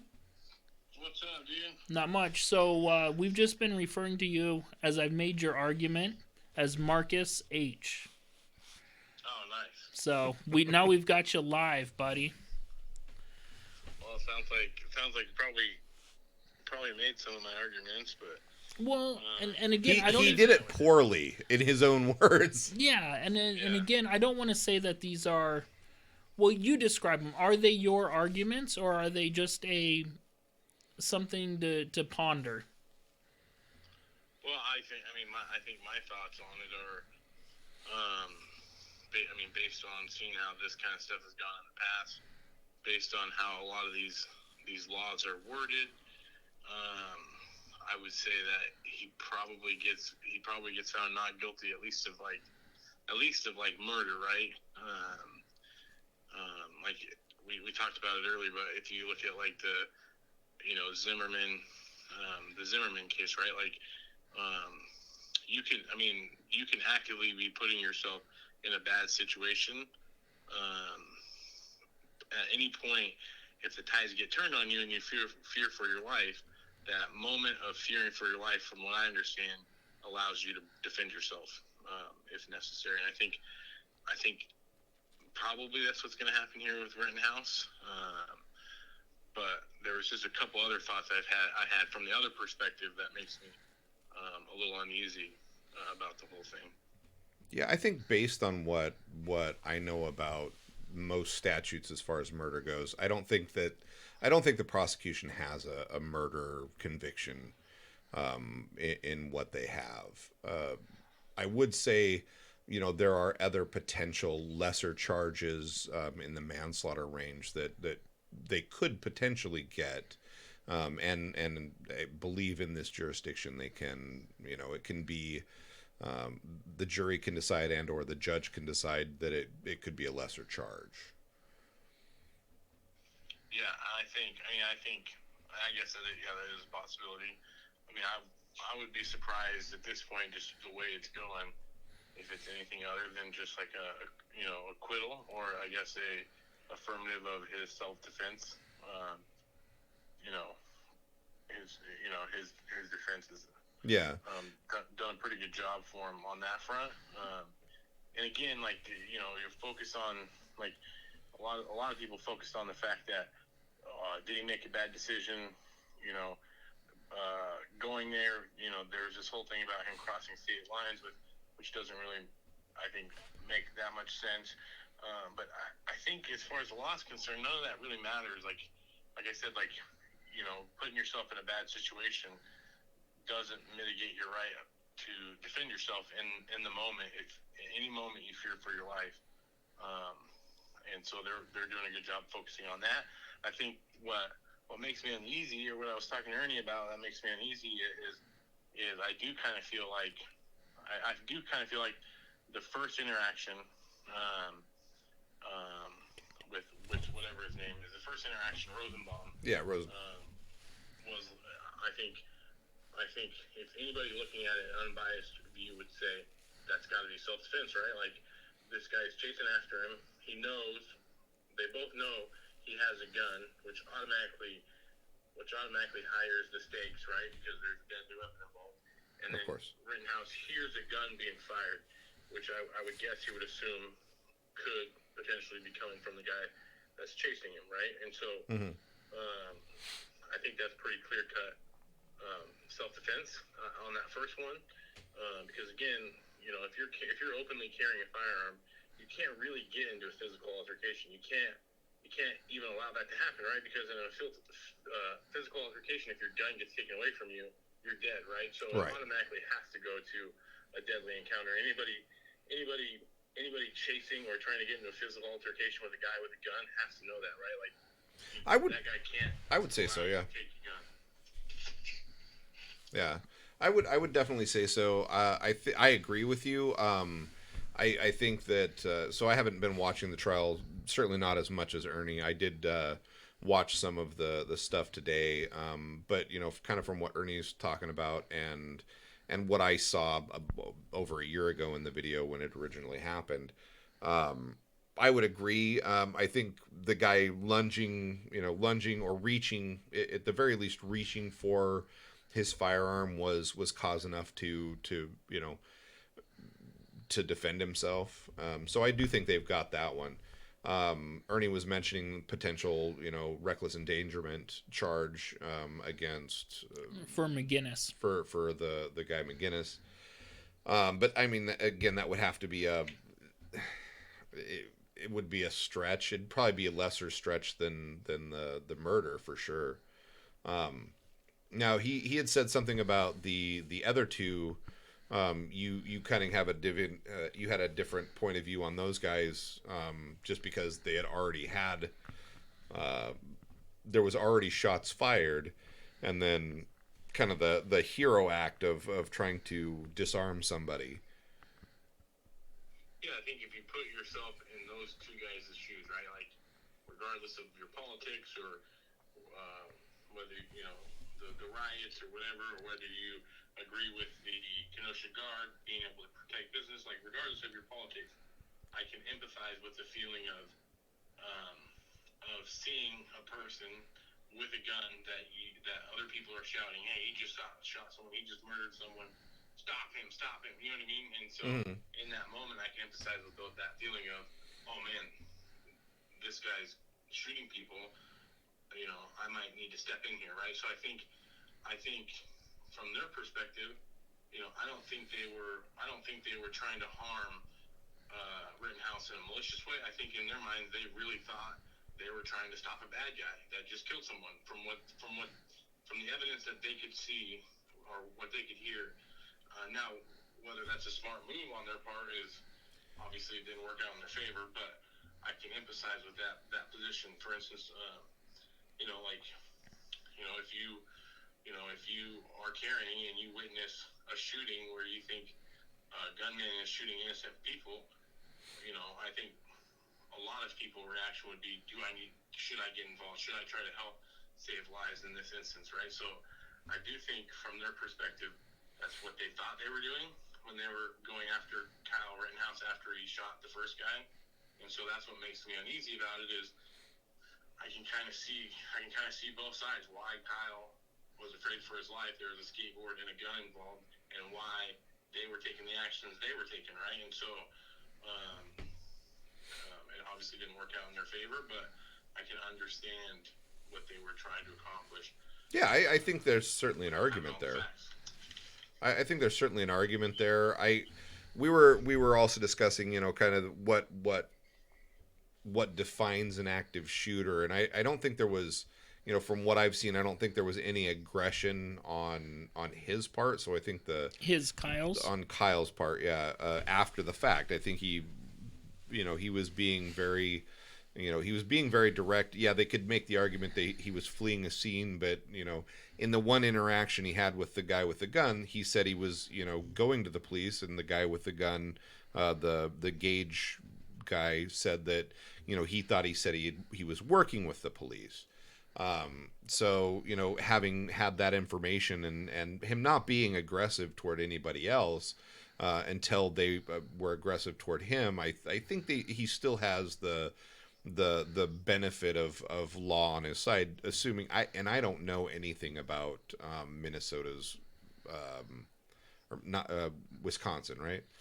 Wisconsin's self-defense laws or anything like that, but I think in most circumstances that you're going to have under the law, I would believe that he's not going to have any murder charges that really stick. The other parts of it are yet to be known, but I think certainly the times where he fired the gun, it's very obvious that he was being physically threatened or harmed. I think that's why I think ultimately he probably does get acquitted on most every major charge, anyways. Yeah. Because on the letter of the law, like I said, the letter of law basically gives you the right to defend yourself at any point if you feel like your life is in danger. And I think a skateboard or gun would probably rise to that. Yeah. Probably rise to that level, right? I don't. I just think that regardless, I mean, regardless if he gets acquitted or not or whatever, I mean, it's still just a tragedy because obviously I think those guys, like I said, were in their minds were trying to do good, right, and trying to stop the shooter in their minds, right? Well, Tom did bring some evidence against that line of thinking, though. At least in the case of Gage, the guy that got his arm blown away. Yeah, because vaporized, in his own words. As far as like Rittenhouse saying, "I'm going to the police," right, or something. Yeah, or I'm working with the police, whichever one he heard and whichever one he said. Yeah, I mean, he probably did say that. I mean, or whatever. But I mean, if you're already of the mindset that he shot somebody and killed somebody, I mean, his word is probably, you're probably not going to take his word for it, whatever he says. I'm going to the police. But I think that brings up another point. Mm-hmm.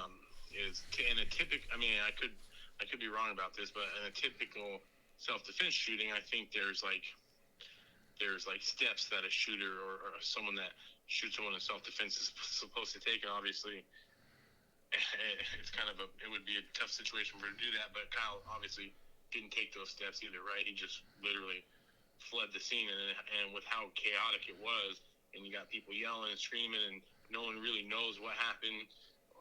You just got people yelling, he killed someone, he shot somebody, and so in that hectic moment, I believe one guy yelled, "Get someone," and then another person yelled, "Oh, I can't say that on YouTube." No. Oh, well, right, edit that out. Button. Yeah, edit that out. But I mean, at one point, a guy yelled, "Yo, he just shot an MFer in the head." I could say motherfucker. You could say motherfucker. Yeah. Okay, so cranium that dude.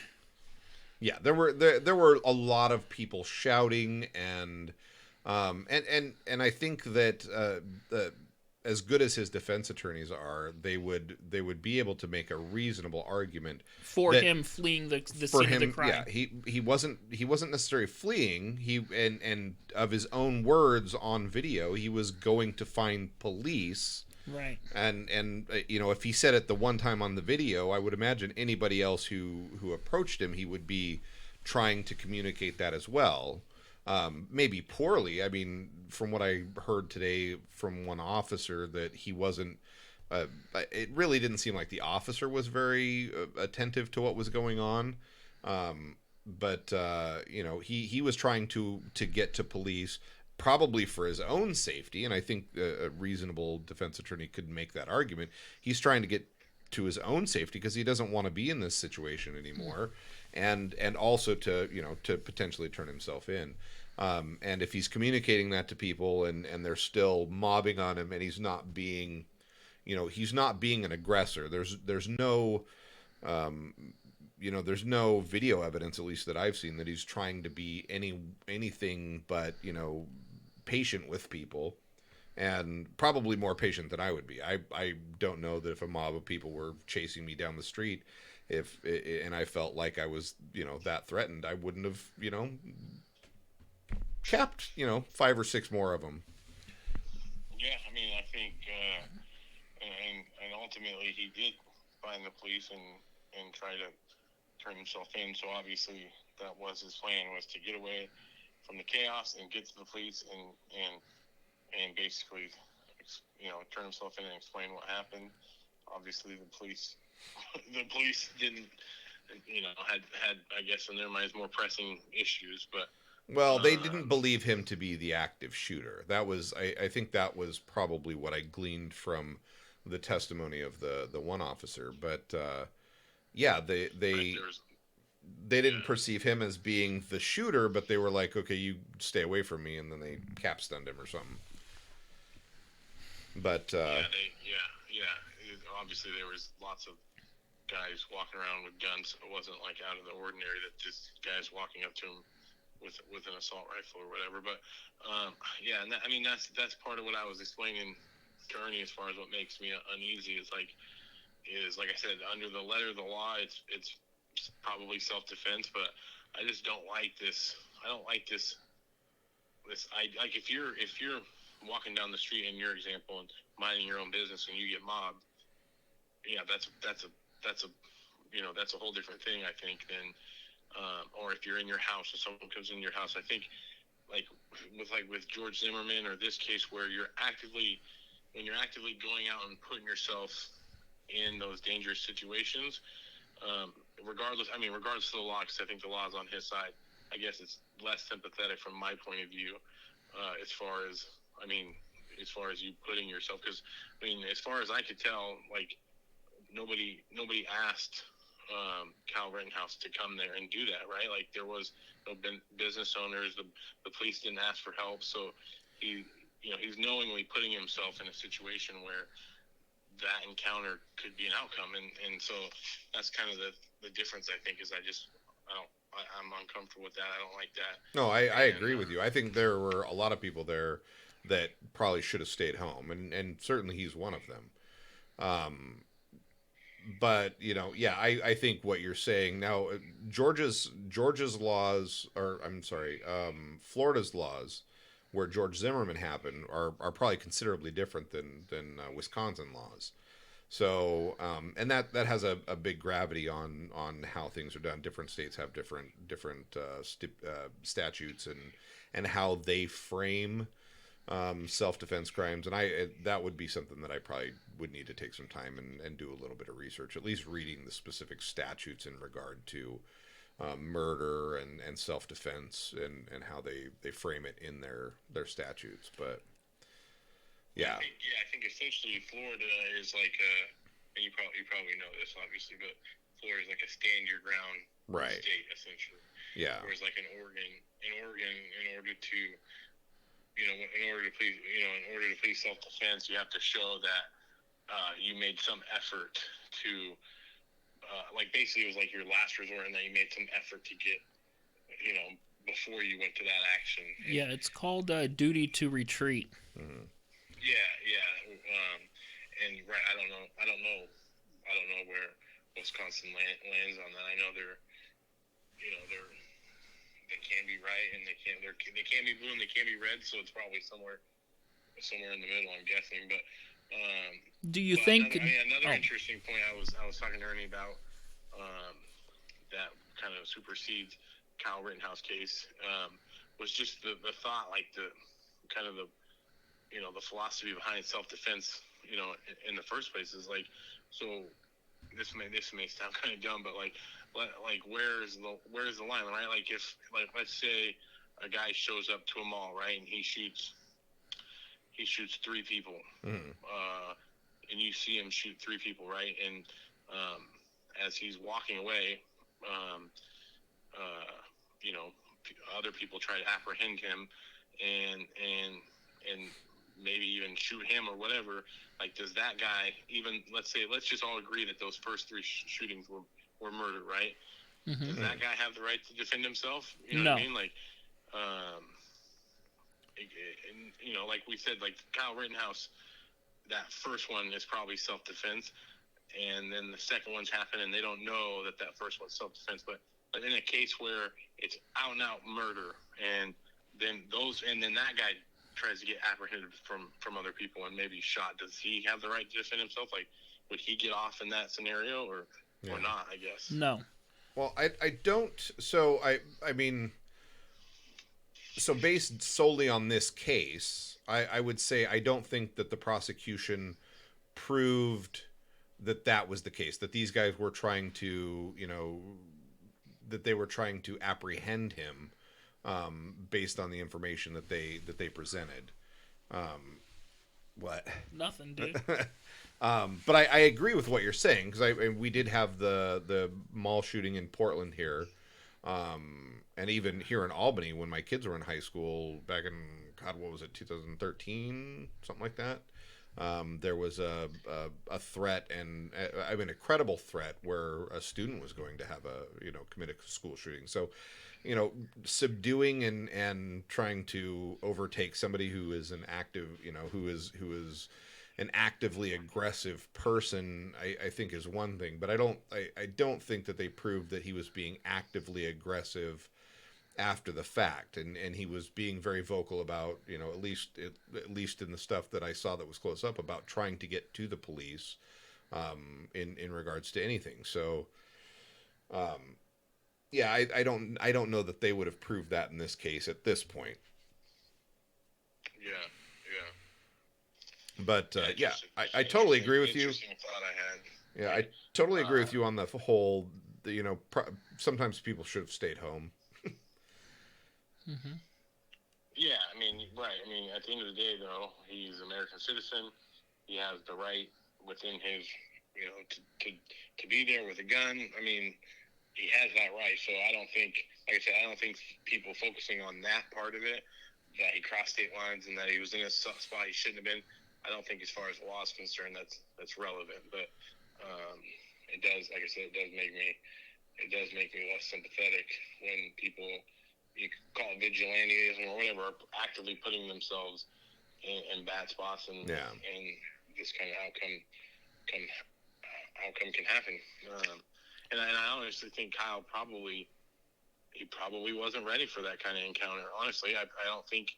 I mean, I think a lot of the Kenosha guards that were there even said he didn't look like a guy that had a ton of gun training or really knew what he was doing, or had the authority that some of these other guys had, the confidence or whatever. And so, it's almost like Rosenbaum kicked the weak one out of the herd to chase after, like he saw a kid in his eyes, and that's the guy I'm going to go after, and that was a terrible move on his part. Yeah, he definitely went after the wrong kid. I agree with you that he definitely didn't seem like the most authoritative person there. He wasn't trying to flex on anybody in any of the stuff that I saw.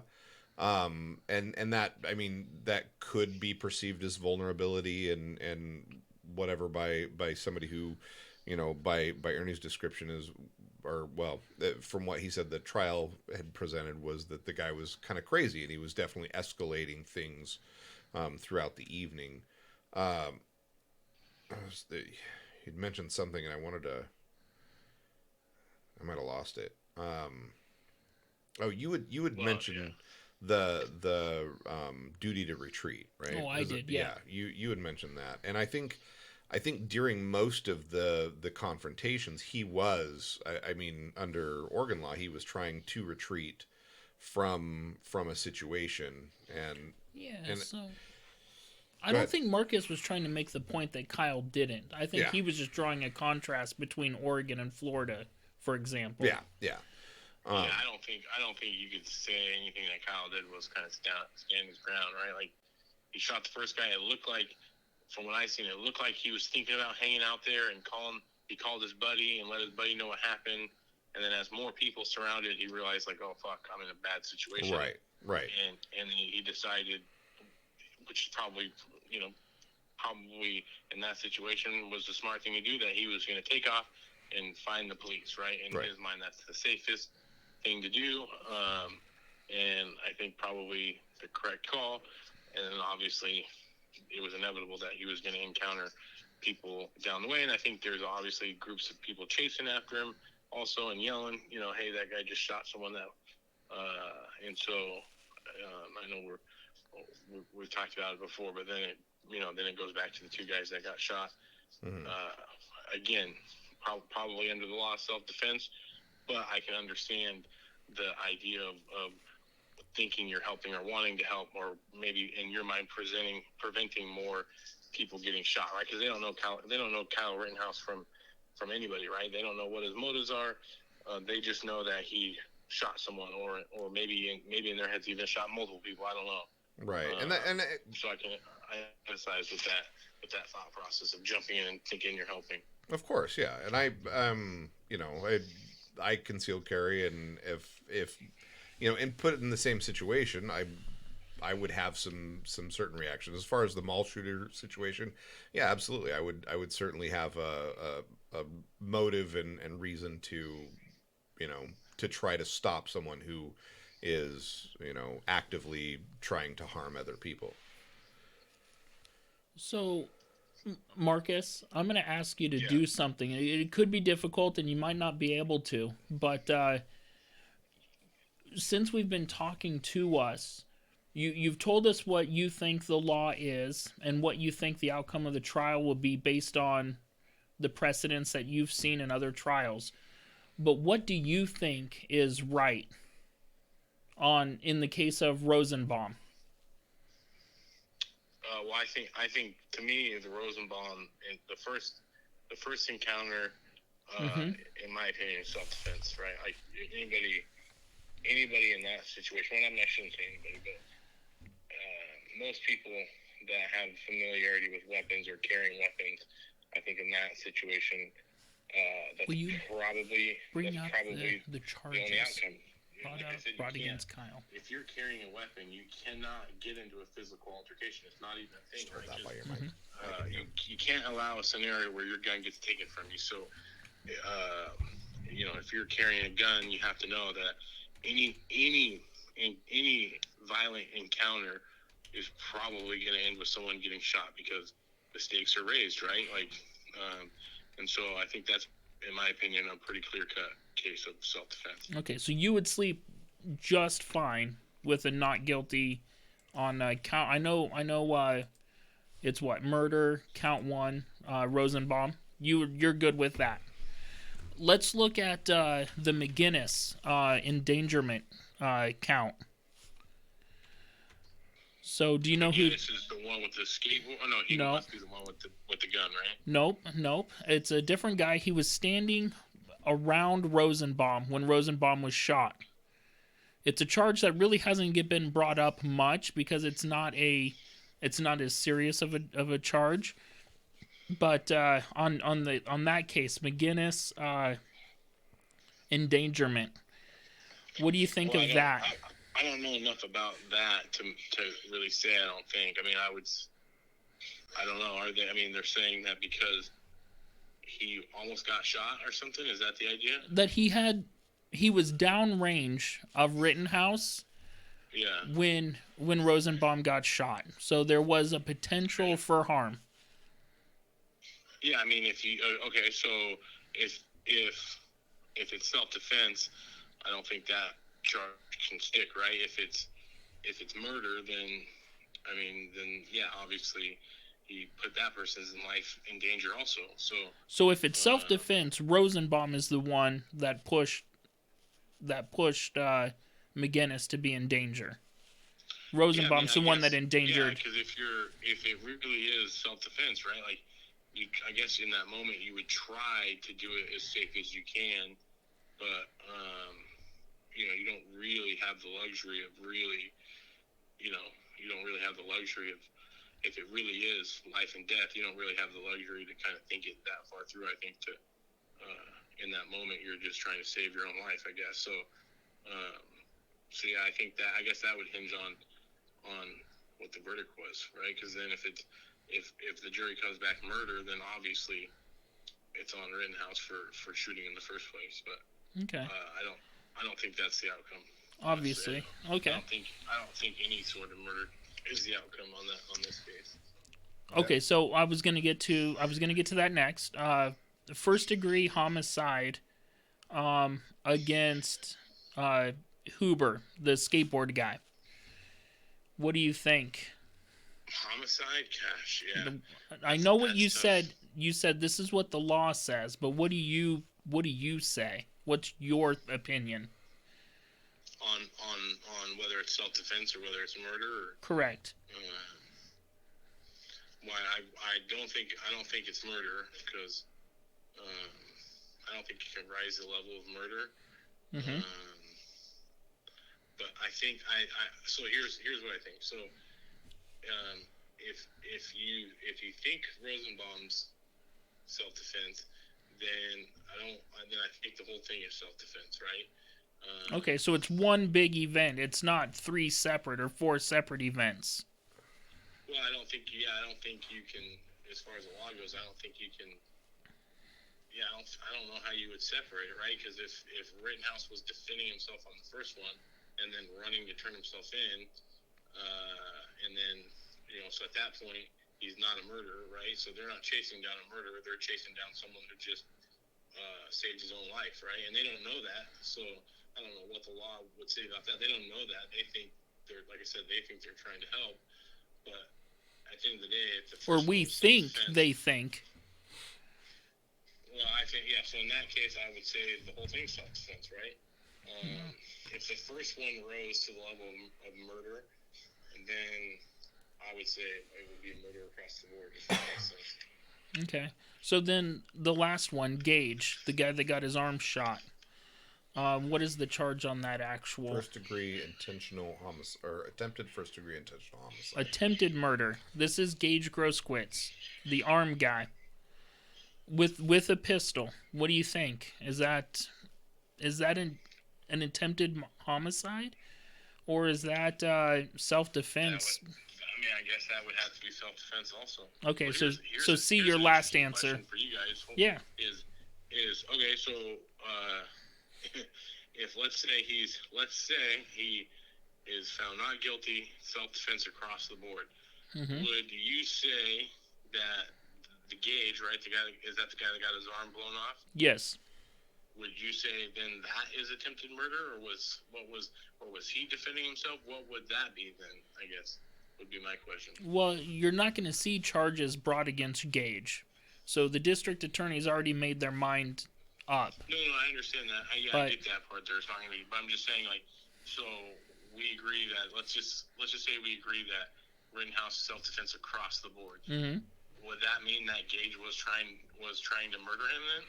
Is that yes? Is that? I think it would. It has to by default. I don't think that would. Yeah, that's a tough one. This is. I mean, it's really kind of a tough. So case. if it's self-defense, then how can that be anything other than an attempted murder? Like I said earlier, can two people think they're self-defending? You know what I mean? Like, oh, sure. I think that's reasonable. Yeah. I think that probably happens all the time. That two people believe that they're in self-defense, but in reality, there's only one person that can have. I guess not self-defense, but one guy thinks he's self-defending. The other guy thinks, in this case, that he's protecting or trying to help protect the public. I guess. Okay. Yeah, it's just an interesting thought. So how about this one, this charge? Possession of a dangerous weapon by a person under the age of 18. So I think clearly he was in possession and he was only 17. But if it's a weapon that you use to save your life, do you not have a right to it? I mean, I guess, are we talking based on Wisconsin law or just morally, I guess? Just what do you think? Wisconsin law, but... no, I'm asking your opinions. Because we're going to find out what the jury thinks. Right. But what do you think? Is he guilty or not guilty? I don't know, because that's like, that really comes down to how the law is worded, right? Like, I think we can agree there's lots of times where someone might be innocent or guilty of the law, right? But whether that's moral or not is kind of a different thing. I don't know. I think there's all kinds of weird wordings, though, if it's like for hunting or not for hunting. Yeah, it says specifically for hunting. It's open to interpretation, I guess. Yeah. Yeah, Wisconsin law prohibits minors from possessing firearms except for hunting. So that's a reasonable charge that they could easily make stick, I think. But do you think if he could only have that rifle if he was hunting, essentially? Right. That's what they're saying. Yeah. And they're trying to prove that he was. That he was hunting? I guess in that instance, I'm okay with that charge then, because. But do you think it's? I don't think he should have been there with an assault rifle. A sporting rifle. Do you think Gage should have been there with a semi-automatic pistol illegally concealed? Was it illegally or illegally? Illegally. His permit had expired. Oh, so he shouldn't. I guess in the eyes of the laws, he shouldn't we shouldn't have had it. I guess, yeah. But you can get really deep into these arguments, right? Like, again, if it's the letter of the law or morally, like, does the government even have the right to tell us that we can carry firearms or not, or how we can carry them, or when we can carry them? I think they've decided that they can make that determination. I think they did. I don't think it's right. I don't think it's right. That's what I'm saying. Like, just based on the Second Amendment, there's already infringements on that right. So then Rittenhouse had every right to be there with an AR. Yeah, if you're just looking at it from the Second Amendment, then from a purist Second Amendment type of thing, which I believe pretty purely in the Second Amendment. I'm weird. I'm so much more. I think that anybody should be able to access all the guns, really. All of them. So when you say all the guns, because because the Second Amendment doesn't say guns; it says arms, right? So does that mean? So we can get into this forever. Does that? We have. Oh, we have gotten into this multiple times. But go ahead. Go ahead. Does that mean private citizens should be able to have, let's say, a B-52 bomber or a tank or a rocket launcher? I mean, where's no the line? Because if you're looking at the way the Second Amendment was intended, was in case of a tyrannical government, right? Like, there's not really a scenario where we're taking over the government with hunting rifles and ARs for the most part. All right, let's be honest. I think Afghanistan, if it proved anything, it's that all of our great armaments not that effective against Ma and Pa in the fucking field. Yeah. But so you're probably right. If 350 million people rose up, then that's pretty overwhelming. I think it only takes 10% of that. Yeah. I think it only takes 10% of that number. That's 35. No, it's 3.5 million people. No, 35 million. 35 million would be 10%. And I think it would only take 35 million people. I think it would take less than that, really. Remember, mark my words, John Marks, his second Civil War. Yeah, I remember. We watched that together, not on our cast, but if you get a chance, try to watch that one, Marcus. Mark My Words is the YouTube channel if he hasn't pulled it already. And he did a second Civil War video that was very good. Where he estimated how many citizens it would take? Or? Yes, and exactly which demographic. And he broke it down even into how much of the military supports a right wing, tends to vote right wing, and how much of the military and what rank they're in tend to vote toward the left. And the numbers are staggering as far as boots on the ground, soldiers, grunts, carrying machine guns, driving tanks, flying planes. The numbers are staggering right wing leaning, or at least pro 2A.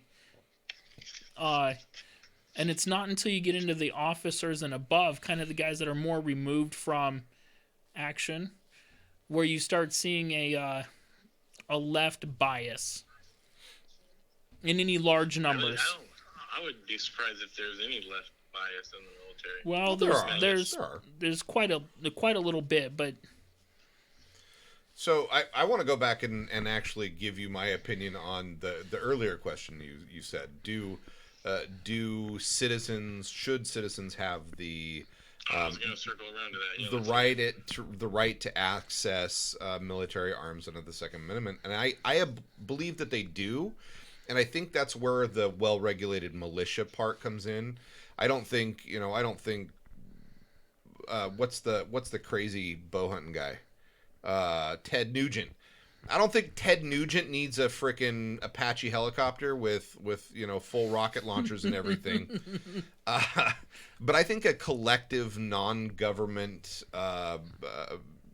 group that has established itself should be able to have pretty much all those arms. And me, I think I should definitely have access to an RPG or two. love it. Yeah. So a group that's established, and so who makes that determination? Does the government say, "Hey, your group is okay enough to have these Well, weapons"? so what they did, what was it, about 120 years ago, 130 years ago? What they did is they took that, because we used to have regulated militias, right? That was what the National Guard has become, right? They kind of annexed all that into the government as a branch of the military, or a branch of one of the branches of military, and they took that out of the public's hands, right? And I think that was a violation of the Second Amendment. It's certainly the purest interpretation of it, because the government, the original Constitution didn't allow for a lot of government privilege over the individual. And just over the last 250 years, they've certainly worked to undo that what's the word I'm looking for here? That sovereignty, right? That individual sovereignty. Yeah. I think they've done. I think the government's done that with a lot of the Constitution. They've made determinations on exactly that kind of thing. But yeah, there's definitely a lot of interesting perspectives on the Second Amendment, where the line is, and where it's not. Yeah. Like you said, under the purest interpretations, we would all be allowed to have whatever armaments we want. Yeah. And I'm not unrealistic with the regulation, but we allow the government way too much. In my opinion, we give them way too much authority over people and what they do and what they can and can't do. God, COVID has proven that. Yes, for sure. Yeah, I would say that some regulation makes sense, and but overall, most of it doesn't. Yeah. Well, I appreciate you guys calling me and letting me have a conversation. Yeah, appreciate you coming on, man. Should be interesting to see how it turns out, and hopefully politics don't get too involved in the verdict. But I guess these days you never know. Yeah, it's crazy. There's a lot of that out there. All right, Marcus. Thank you. Appreciate you guys having me on. Later, guys. Yep. Talk to you later, man. Have a good one. Bye. Yeah, bye. There we go. So, yeah. I mean, maybe he wasn't trying to draw the case that this could be problematic for Kyle. Maybe his point was I could be sympathetic toward these two guys. Yeah, and I think I can to an extent. I think I can, but I don't think, and I didn't hear much testimony or see much on the other guy, the skateboard guy, Huber. Yeah. Hubris. Yeah. I didn't see much on him, but I don't think that that if I were a juror and seeing the information that I saw on Gage, whatever his name is, and we've got it right up here actually. Krauskowitz, yeah, something like that. I don't think you could make a reasonable case for that, and they've really proven that they can't. I mean, at this point in time, they certainly haven't. So, do you think, in my opinion, and again, just going back, because speculate for me. Okay. Do you think the prosecution is in Kyle's pocket? I mean, or maybe not in their pocket, but a little in his corner, maybe? Or do you think that they've been working on this case for a year and they think they've got it nailed and they're going to be completely stunned when they come up short? What do you think? Because do I genuinely think that the prosecution has thrown their own case? No, I don't think that that's what they're doing. I think what they're dealing with in the witnesses are people who are angry at law enforcement, and they're perceived, the prosecutors are perceived as law enforcement. So they're not being terribly cooperative, right? At least the Gage Groshkowitz, he was not. I mean, obviously, the prosecution did not have a decent conversation with that guy. Do you think with any of the witnesses, any of the witnesses that were there on the ground? Because I'm sure the DNA specialist, the ballistics lady, yeah, and the coroner guy. Mm-hmm. I'm sure the prosecution had a pretty good idea of what they were going to say. Right, and they would have to. And you were talking about them not arguing this necessarily. That's true, but I do think that that they have to make their case for that, right? They have to prove that Kyle shot these people, even though it's not being contested. Even though it's not that it hasn't been contested, but if they went through this trial and didn't prove that, and all they were relying on was all this other stuff, then they could potentially miss a big factor. Correct. Right? So they would have to have those people there. They have to do that. I get it.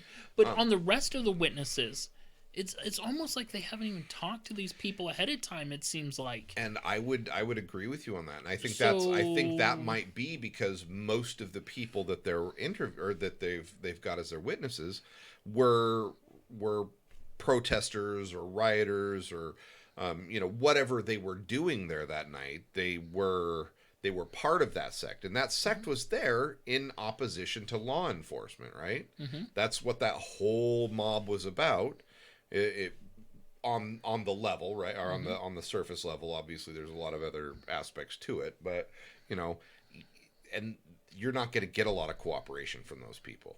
So yeah, I would agree that they probably didn't have any real good interviews with these people, and just thought that whatever information that they were bringing would prove their case, and they've done a terrible job of that. Which leads people to believe, not me, but leads people to believe that the prosecution wasn't doing this homework in the last year and a half because they're sympathetic to Kyle. Or are they just doing a lousy job? This is supposed to be their hotshot prosecutor. How in the hell did they watch all these hours of video? I mean, they had to have had dozens of people watching these videos. How did they not address the guy pulling a fucking gun, right? The prosecution didn't address the gun. No. At all. Yeah, they just ignored a fucking firearm in the guy's face. Well, I mean, they brought it up at the very beginning of his line of questioning. You had a gun, right? Yes. Oh. Did you have a permit for it? Well, yes, but it had expired. Okay. Okay. Well, let's start with. Now let's get to the important facts. At what point did you decide you wanted to become, an EMT or and then they went into all that, and it was like they hit it because they knew the defense was going to, so they were like, oh yeah, well they drew. I mean, it's called drawing the sting.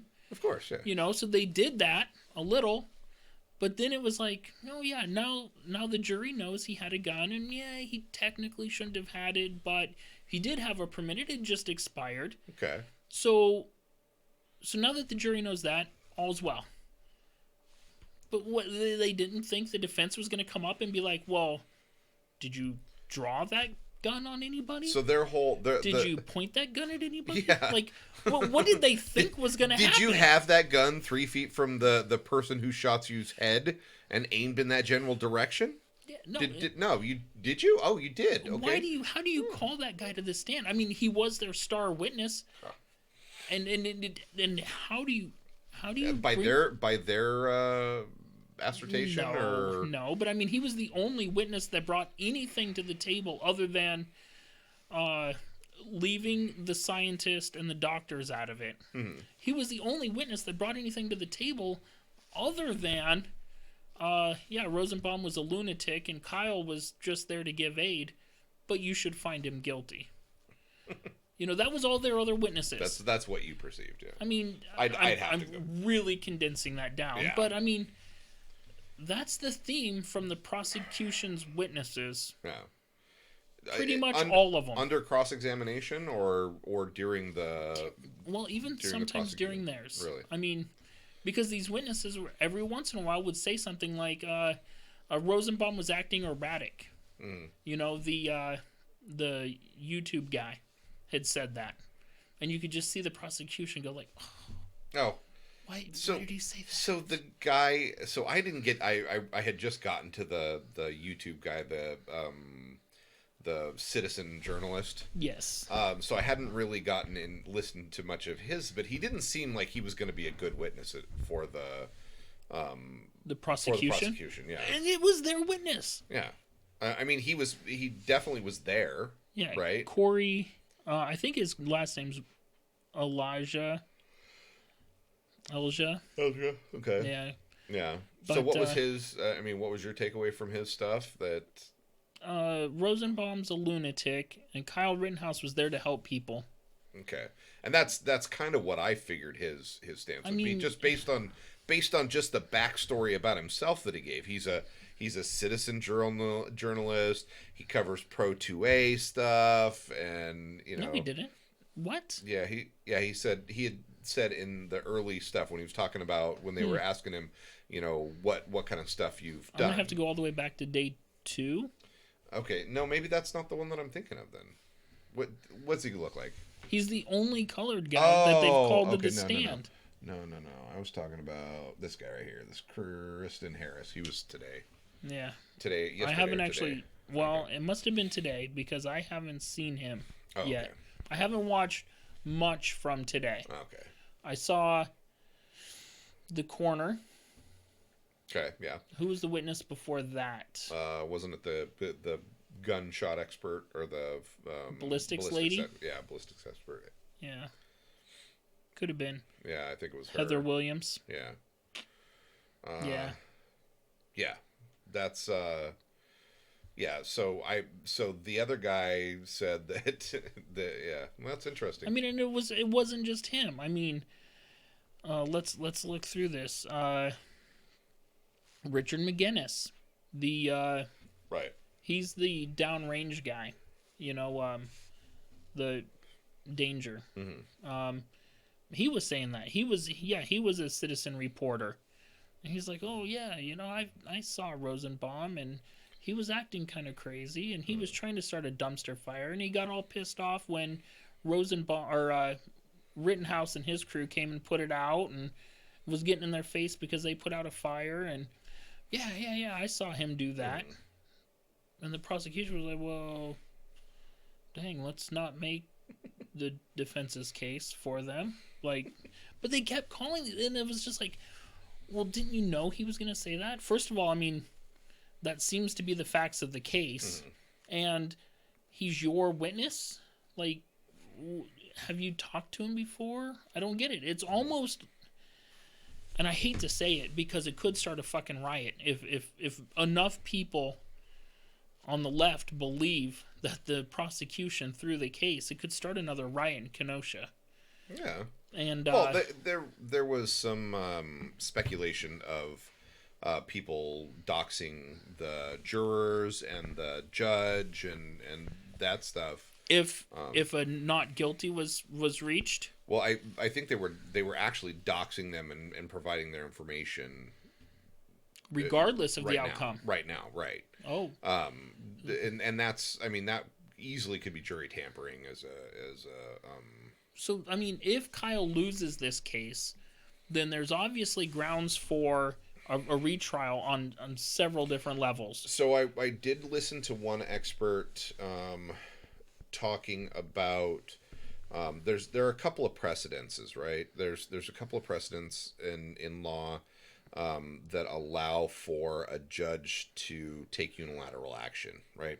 One would be if the jury were to convict him of murder and the judge didn't believe, based on the evidence, that it was that, he could intervene via motion by the defense. Mm-hmm. And now that's pre I thought that was possible pre-defense making their case. Like, they can petition tomorrow. Mm. Now that the prosecution is done, the defense can petition and probably will to have the judge rule on the case. They can do right that. Now. They can do that. There's a precedence for that, but there's also a precedence for, from what I understand now, and I'm Okay. I don't know that much about it. It was just some. I was listening to Tim Pool's podcast, and he had a former. I believe he had a former prosecutor on there who was discussing a couple of precedences. One, based on certain things, and they were talking about specifically the Gage Gronskowitz or whatever his. I'm butchering this guy's earplug name. guy. So what's his name? Krungelvich. No, that's not right. Groskowitz. There we go. I've got it up there. But they were talking about the potential for not a mistrial, but kind of a mistrial. Not a mistrial, but I don't know. It's a legal precedence, but it's not often used because for a couple of reasons. But usually it's not one that works. And it has to be very, very obvious, right? Very, very obvious that the prosecution doesn't have a case and can move on. Now, I don't think that it. From what he was saying, it didn't make sense that this one would fall under that, but potentially could. Right? I don't see the judge ruling on this. I would bet everything that it goes to the jury. There's no way the judge is ruling on this case through any motion.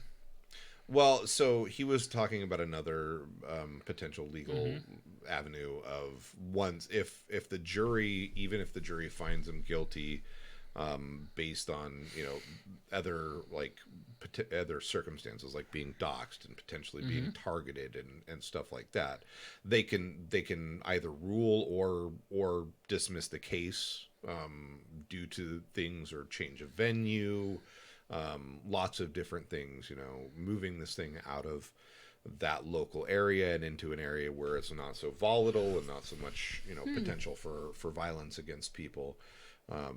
I can see why that wouldn't be used very often. Yeah, it's a challenging thing to. Because could you imagine if the case got moved to New York City? Well, that changes everything, doesn't it? Maybe.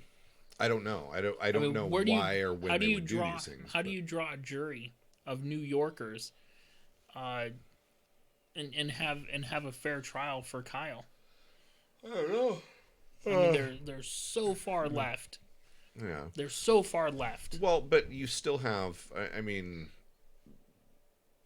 So I think New York's an interesting place because they may vote left, but I don't think most New Yorkers are anti-2A. I think they're anti-2A by association, just because the people that they've elected have been so anti-2A, and have allowed some pretty extensive. So they're just not pro 2A. They're not the same kind of pro 2A that you are, or even that I am.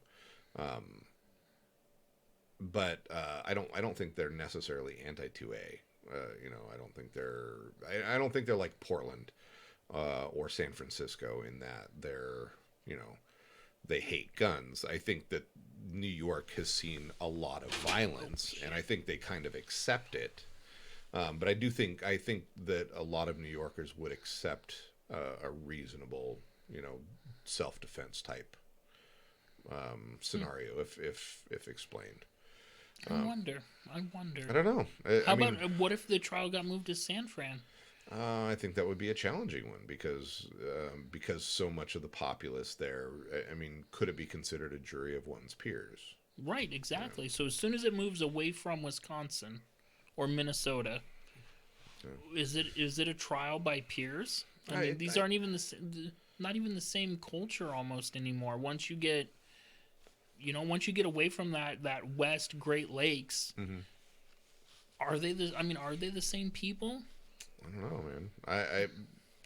Yeah, I've had pretty limited experience with them, but I know. I'm just interesting. I could see why that doesn't get used very often, though. yeah, no, it doesn't.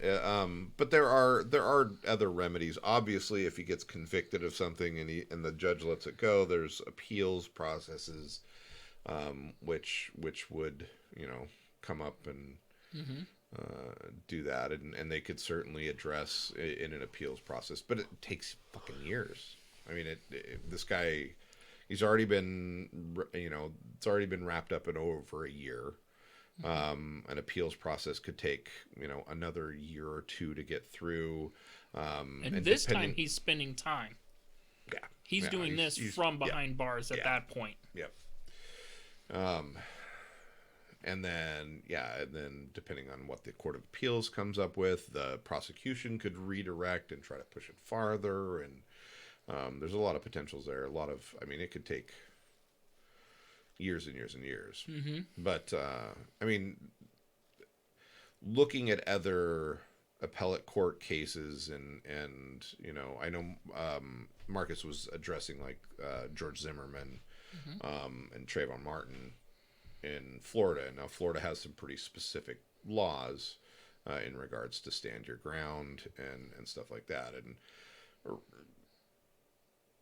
I don't know that precedent would be. I don't know how far that precedent extends, right? Because that could be based solely on Georgia, I don't know why I keep saying Georgia, but it could be based solely on the Florida statute and how they interpret the law. So that would always be kicked down to a state appellate court and a state Supreme Court type situation, because those are things that are afforded people or afforded states, right? Local government type situations. Yeah. But so yeah, it would definitely be based on Minnesota's or not Minnesota's, Wisconsin's take on self-defense and how they write it in their law books. But a Florida jury, even given the instruction, hey, this is Minnesota law, and this is how you have to look at this case, how do they not bring their own thoughts or way of doing things into their line of thinking? It's one of the processes of jury selection, and one that obviously somebody missed significantly in this trial, right? The jokester guy that got booted out, right? When you're selecting a jury, so each both the prosecution and defense are available for jury selection, right? And they can if they have a reasonable objection to someone being in the jury, they would bring that up and they would be dismissed. Right. So there's a process of jury selection, and there's a specific there's tactics used in that process, so to flush those people out. So the prosecution failed. I mean, obviously, judging by the joke, you would assume that this person is probably pro Kyle. Well, if you're drawing assumptions. Yes, I would say if I'm using an educated guess, the person is probably that's almost too broad a stroke, because some people make dumb jokes, right? I know that because I fucking tell jokes, man. I don't know. I don't know, but it was enough. It was certainly enough to get him. It was certainly enough for the judge to say, "Okay, you are biased. You need to leave." Right, and you would think that his bias leans toward Rittenhouse. Yeah. So the prosecution failed again. Well, before the trial started. Yeah. Man. Well, you can try to get past those things if you really want to be on a jury. Most people don't try to get past them because they don't necessarily want to be on a jury. But already they've been a week and a half into this trial, and probably at least another week and a half plus deliberation. No, they're the defense is about to start tomorrow, right? And they're expecting the defense to be done in a day or two. Really? Yeah. How long did they expect? Did they expect the prosecution to run as long as it did? I think there was a couple of witnesses that were brought in kind of last on the fly, but yeah. Now, they can't bring in witnesses on the fly. Well, yeah. with the defense, not objecting. Yeah. I think there was a couple of witnesses that were kind of brought in last minute. And, obviously the defense was okay with it or it wouldn't have happened. Yeah.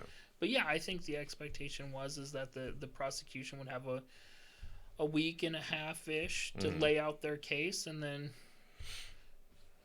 I don't think the defense is going to have too hard of a time with the prosecution making their case for him in almost every witness they've called. Yeah, if that's true, and I only saw the one that I saw. I only saw the cross-examination. I didn't watch because I didn't really. I started to listen to it, but it was like droning on about all this really information that I didn't find pertinent to the case. And who was this? This was Gage? Yeah. So that was yesterday's. Yeah, that was yesterday's trial.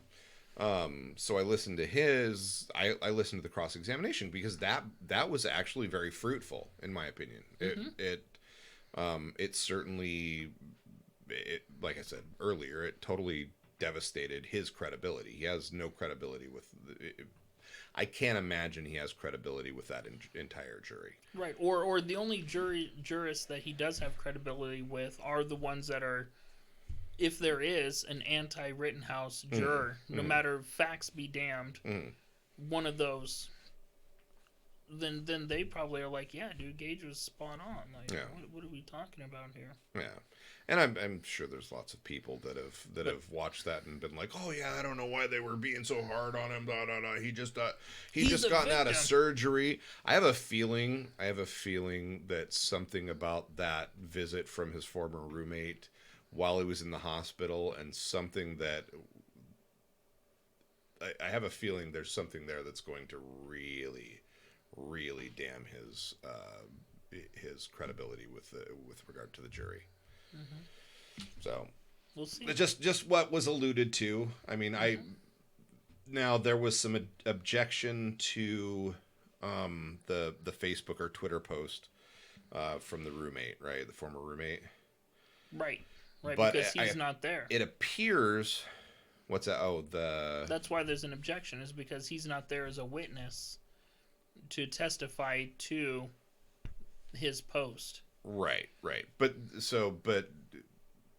yeah, and I would believe, based on what happened after the fact, and that Facebook post was admitted into evidence, that there's going to be some information there. And I know that the prosecutor was wanting to have a discussion about, to what extent that evidence can be used. But yeah, if they have him, if that's one of the defense's witnesses, and he testifies that that's what he said, which I mean, that's what they were alluding to, right? They were just putting another chink in the guy's armor as far as his credibility with the jury, and then that could, the roommate comes in and says, yeah, he said while he was in the hospital, right before he talked to the cops, that he wished he would have unloaded the whole fucking magazine in the guy's dome. Yeah, that's gonna. Now all of a sudden he's not that. Right. He's not that medic that was there to help both sides. Right. But the prosecution would, I'm sure, try to reframe that as somebody who, was just talking out their ass. He just had his arm blown off. Yeah. Still though, epic photo of that. I mean, just you've watched a fair amount of ballistics stuff, right? I've never watched something react so similar to like a glancing where the fucking ballistics shell just explodes, and that I don't know, I find that amusing. Go ahead. Have you seen 2 liters get hit with a high-speed round? Yeah, absolutely. Yeah, they same explode. Kind of thing. Yeah, no, it was interesting. Now, don't get me wrong, I had an immediate bias against the guy anyway. He was smug. He really seemed full of shit the whole time. Mm-hmm. And he was, I immediately didn't trust him, and he was proven to be distrustful through the whole thing. Yeah. I wish you would have followed it a little bit closer. Because Yeah. you were... I thought when this first happened, you did a pretty good job of staying pretty neutral. Yeah. And let's wait until the facts come out. Mm-hmm. And I pretty much jumped to conclusions right away. Yeah. I was like, fuck, dude, we don't need to wait. Look, the evidence is already here. Yeah. I wonder if somebody like your friend that stays here with you, I wonder if her mind would be changed watching the trial. I don't think it would.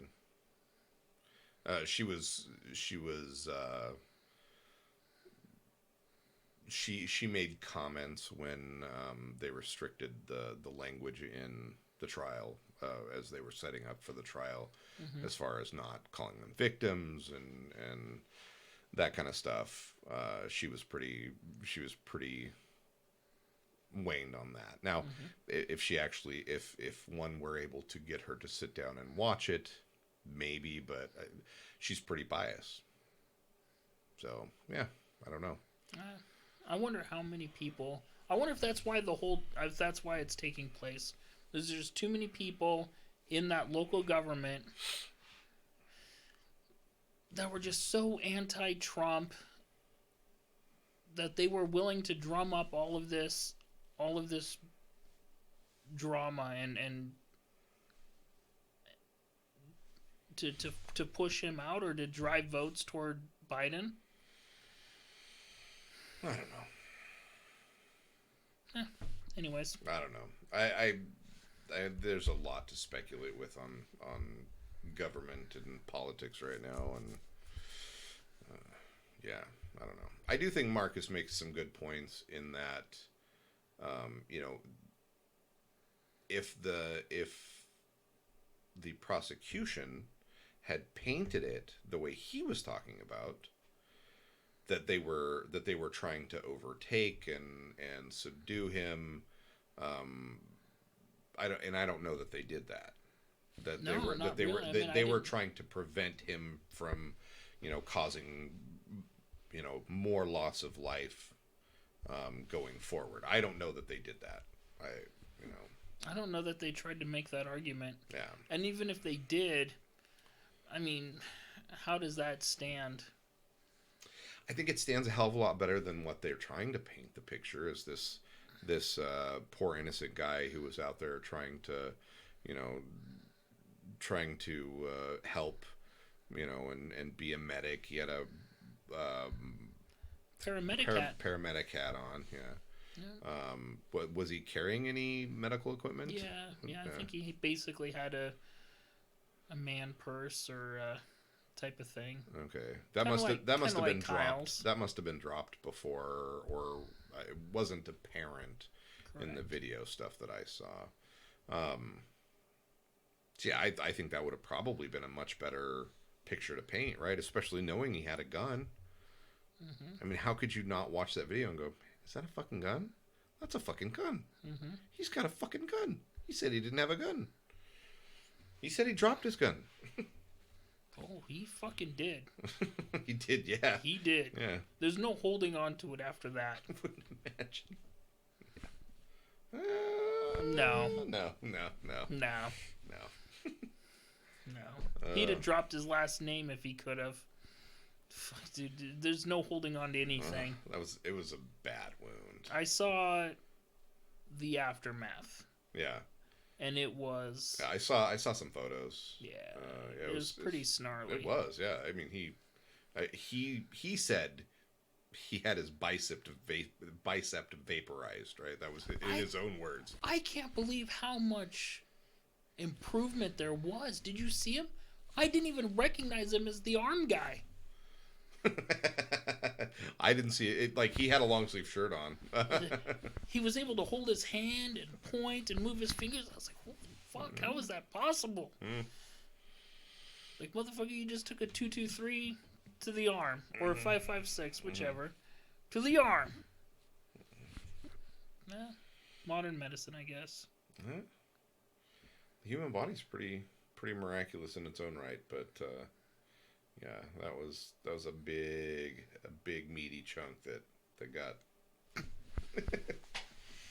All right, man. You want to call it, or? Yeah, I think so. I'm about ready for some bedtime.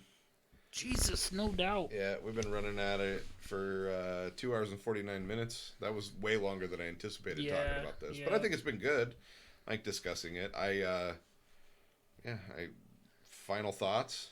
Not guilty. All charges. Yeah, you think so? Other than maybe minor with a gun, and they might even reduce that to time served or something. I think he's done serving jail time. No matter what. Yeah. So I think all of those serious charges done. Mm-hmm. Nothing, and then maybe the minor in possession of a firearm. I don't think did they even charge him with a curfew? Yeah. Okay, so I'm sure that might stick. Well, so it'd be hard to charge him with curfew and not charge everybody else. Here's the deal, though. Who's there? 2 people are dead and 1 was injured. Yeah. I don't think he walks away with nothing. I don't think he does either. I think it would, and I. So think, the curfew might be just that charge. Yeah, the curfew's just a $200. Exactly. But that allows the jury to be like, hey, he killed 2 people. Something happened. Something happened to him. So he's got 2 first-degree recklessly endangering the safety by use of a dangerous weapon. Okay, mm-hmm. He's got the guy that you're talking about, McGinnis, and then he's also got the man. So they don't even name him here. It's just the guy who tried to kick him in the head. Oh, flying kick guy. Yeah. They don't even name him in the trial. No, he's. I don't think they have him as a witness. I don't think he's. I don't even know if they know who he is. Well, it's not really evident from the from stuff. The trial. Yeah, and he disappears into the crowd pretty quickly after, Right? Now they're saying that he shot 2 rounds at the man in this, but I don't remember seeing that in the video. How weird. Mm-hmm. Maybe. We'll see. So we've got that one. Mm-hmm. Again, though, this guy's chasing him down, and he falls down, and the guy comes up with a flying kick. And misses, probably because he saw the gun coming in his general direction and disappears into the crowd. Right. So, yeah, not guilty. And then the other guy. Yeah. Okay, so how about you? Run down the charges. We pretty much know what they are. Start with Rosenbaum. I'll ask. I mean, based on the information that you've given. And what Marcus said, I would say that he's probably self-defense. Not guilty. Not guilty. Okay, McGinnis, dangerous. I do think there's a potential for them using these as kind of last resorts. Mm-hmm. So I would say, because it doesn't necessarily say from what I'm reading here that this is like arguable by self-defense. This is not, even if he's defending himself from somebody else, he still would have a responsibility for bystanders, right? Mm-hmm. And I think police kind of have that as well, right? Well, they have some professional immunity too. They do have some professional immunity, which I highly disagree with. Like prosecutors, yeah, but not defense attorneys. But not defense attorneys, right? Yes.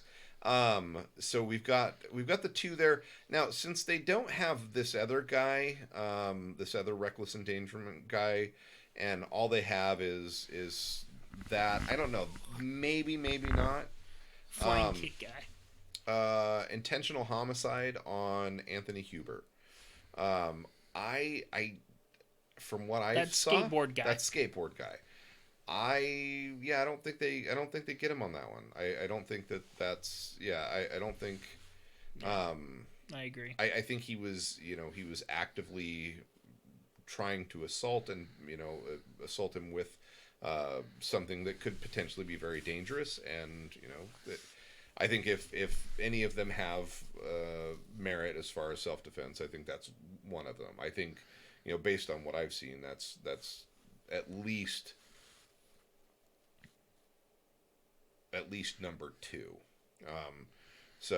And then attempted first-degree intentional homicide on Gage Groschrich. Glock guy, yeah. I think this is cut and dried self-defense. Mm-hmm. I think it is the most clear-cut self-defense in the whole thing, just because you have you have two people with guns, and they're pointed at each other. Somebody shot first. I mean, that's just, and I honestly believe it could have gone Han Solo both shot ways. first. Yeah, but I honestly believe had Gage Groschwitz shot first, he certainly would have the potential to get off on a self-defense charge, mm-hmm. or on a self-defense defense. Mm-hmm. He'd have that privilege. Yeah, and then so possession of a firearm weapon by a person under 18. I think he's probably going to get that one, mm-hmm. and I think he should, regardless of what your position is. He was violating local law by having a firearm, and he should have known that, and he should have not been involved in that. Mm-hmm. Mm-hmm. And then failure to comply with an emergency order. I don't think they get him on that one. I just think that one gets dropped because it's not. If you cite him for it, you have to seek out and try to cite everybody else that was there. And I think it just gets too messy. I think they drop that one. It's a minimal $200 fine. So I think everything gets dropped except for dangerous weapon by a person under 18 mm-hmm. and curfew. Yeah. I think they pin him with those and say you shouldn't have been out there. Mm. But since you were, and these guys put you in this position, you had to do this. I think that's maybe best case scenario for him. Mm-hmm. I honestly, and I don't have an emotional bond either way. As I've stated, I didn't like the Gage Groschwitz guy just because he was just kind of a smarmy little prick, and he was obviously full of shit. Mm-hmm. Well, he had 10 million reasons to be. Yeah, but he's never gonna get $10 million. No, I don't believe so either. But no, yeah, that's kind of where it goes. Yeah, I think he gets off on the self-defense, and it really would depend on the reckless endangerment charges. That one where the McGinnis one is certainly a potential that they could use that as a way to lock him up for up to 17 and a half years based on the statutes there, according to this article. Is on U.S. News and World Reports. Read it on the internet. Must be true. I don't know how.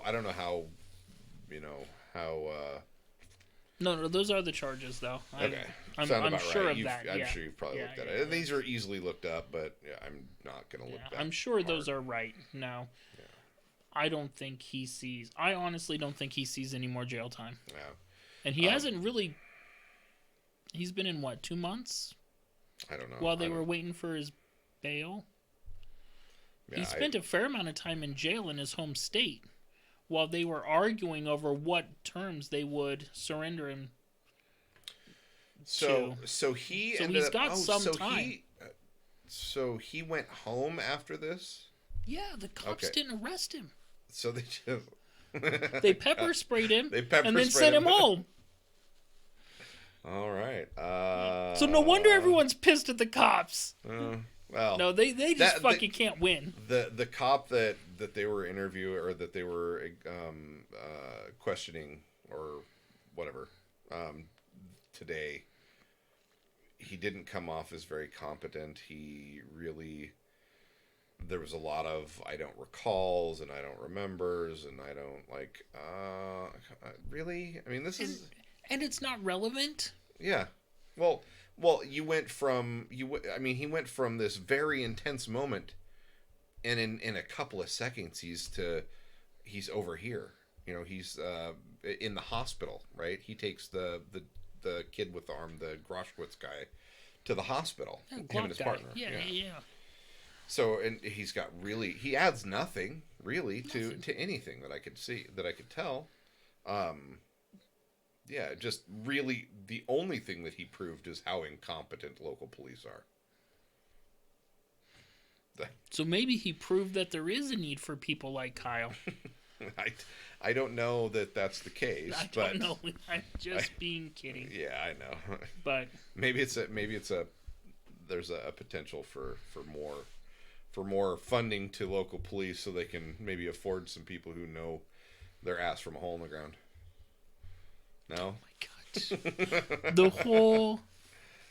the whole movement is crazy to me. Defund police and then bitch about crime rates. Yeah, it's not very long-sighted. It's a lot of.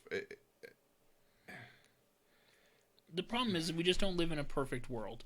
We don't live in a world where everyone can go along and get along. Yeah. I think there is some merit to trying to find less violent ways for police to respond. I certainly do. I don't think that getting rid of them altogether will fix everything. I certainly think holding them accountable. That's, I'm big on accountability. I think people should be held accountable. And you have to. I mean, I think the easiest way to do that, and we've talked about it, is body cam footage. Yeah. And then you have to hold them accountable for any lapse in that footage during their shift. Right. Why was the camera not on? Mm-hmm. And anything that happened during a period where the camera was not on is suspect. Is suspect. Yeah. I agree. I totally agree. And you lose. I mean, any period of time that the body cam's not on, maybe you lose that. What did we call it earlier? Professional, what is it? Professional. There's a term, and you used it earlier. I can't remember it. I did. Immunity. Immunity. There you go. Yeah, professional immunity. Yep, you lose that if your body cam's not on for any Certainly reason. open yourself up to. You should open yourself up to liability. Yeah, I agree. I think body cams are the way to go. But at the same time, I don't want a cop to take a flying jump kick from Ninja Guy, get his body camera knocked off, and then be held liable for everything that happened after that. Well, most of the time, police officers do not travel alone, right? That is true. It's pretty standard protocol, especially in an inner city, for them to travel in pairs. Correct. Not just pairs in one car, pairs of cars, because you give yourself. If somebody's pulling a stop, you'll have another car that's back over here in case anything goes down for support, for forward engagement, whatever it is. They've been doing that for a long time. Correct. They used to do that when my mom was a police officer. Back it's in the like day. when I got pulled over for chirping the tires in the Camaro. Why does it take 2 cars in Lebanon to write me a ticket for chirping tires? Well, just in case. That's exactly it. it. And it's Lebanon. Nothing else was going on. Like probably not. Yeah. That was the most severe issue they were facing that morning. That wasn't the night the guy put the car in the ditch, so they had nothing else to do. I know that guy. Yeah, you know that guy. Right. Anyway, he got his license back. Guy. Did he get his license back? That's yes. good. That's good. You know what? I haven't seen the car sit where the car once sat. Recently. Yeah, so he doesn't live with his mom and sister anymore because he got his license back. He got his license back. He got a place of his own. Shit. All right. Well, thank you, everybody. I will. I know today is the 9th. I'm going to post this tomorrow when I get home, so hopefully somebody can see it then. For now, I'm Tom. Ernie. And this was Middled Out. Thank you very much.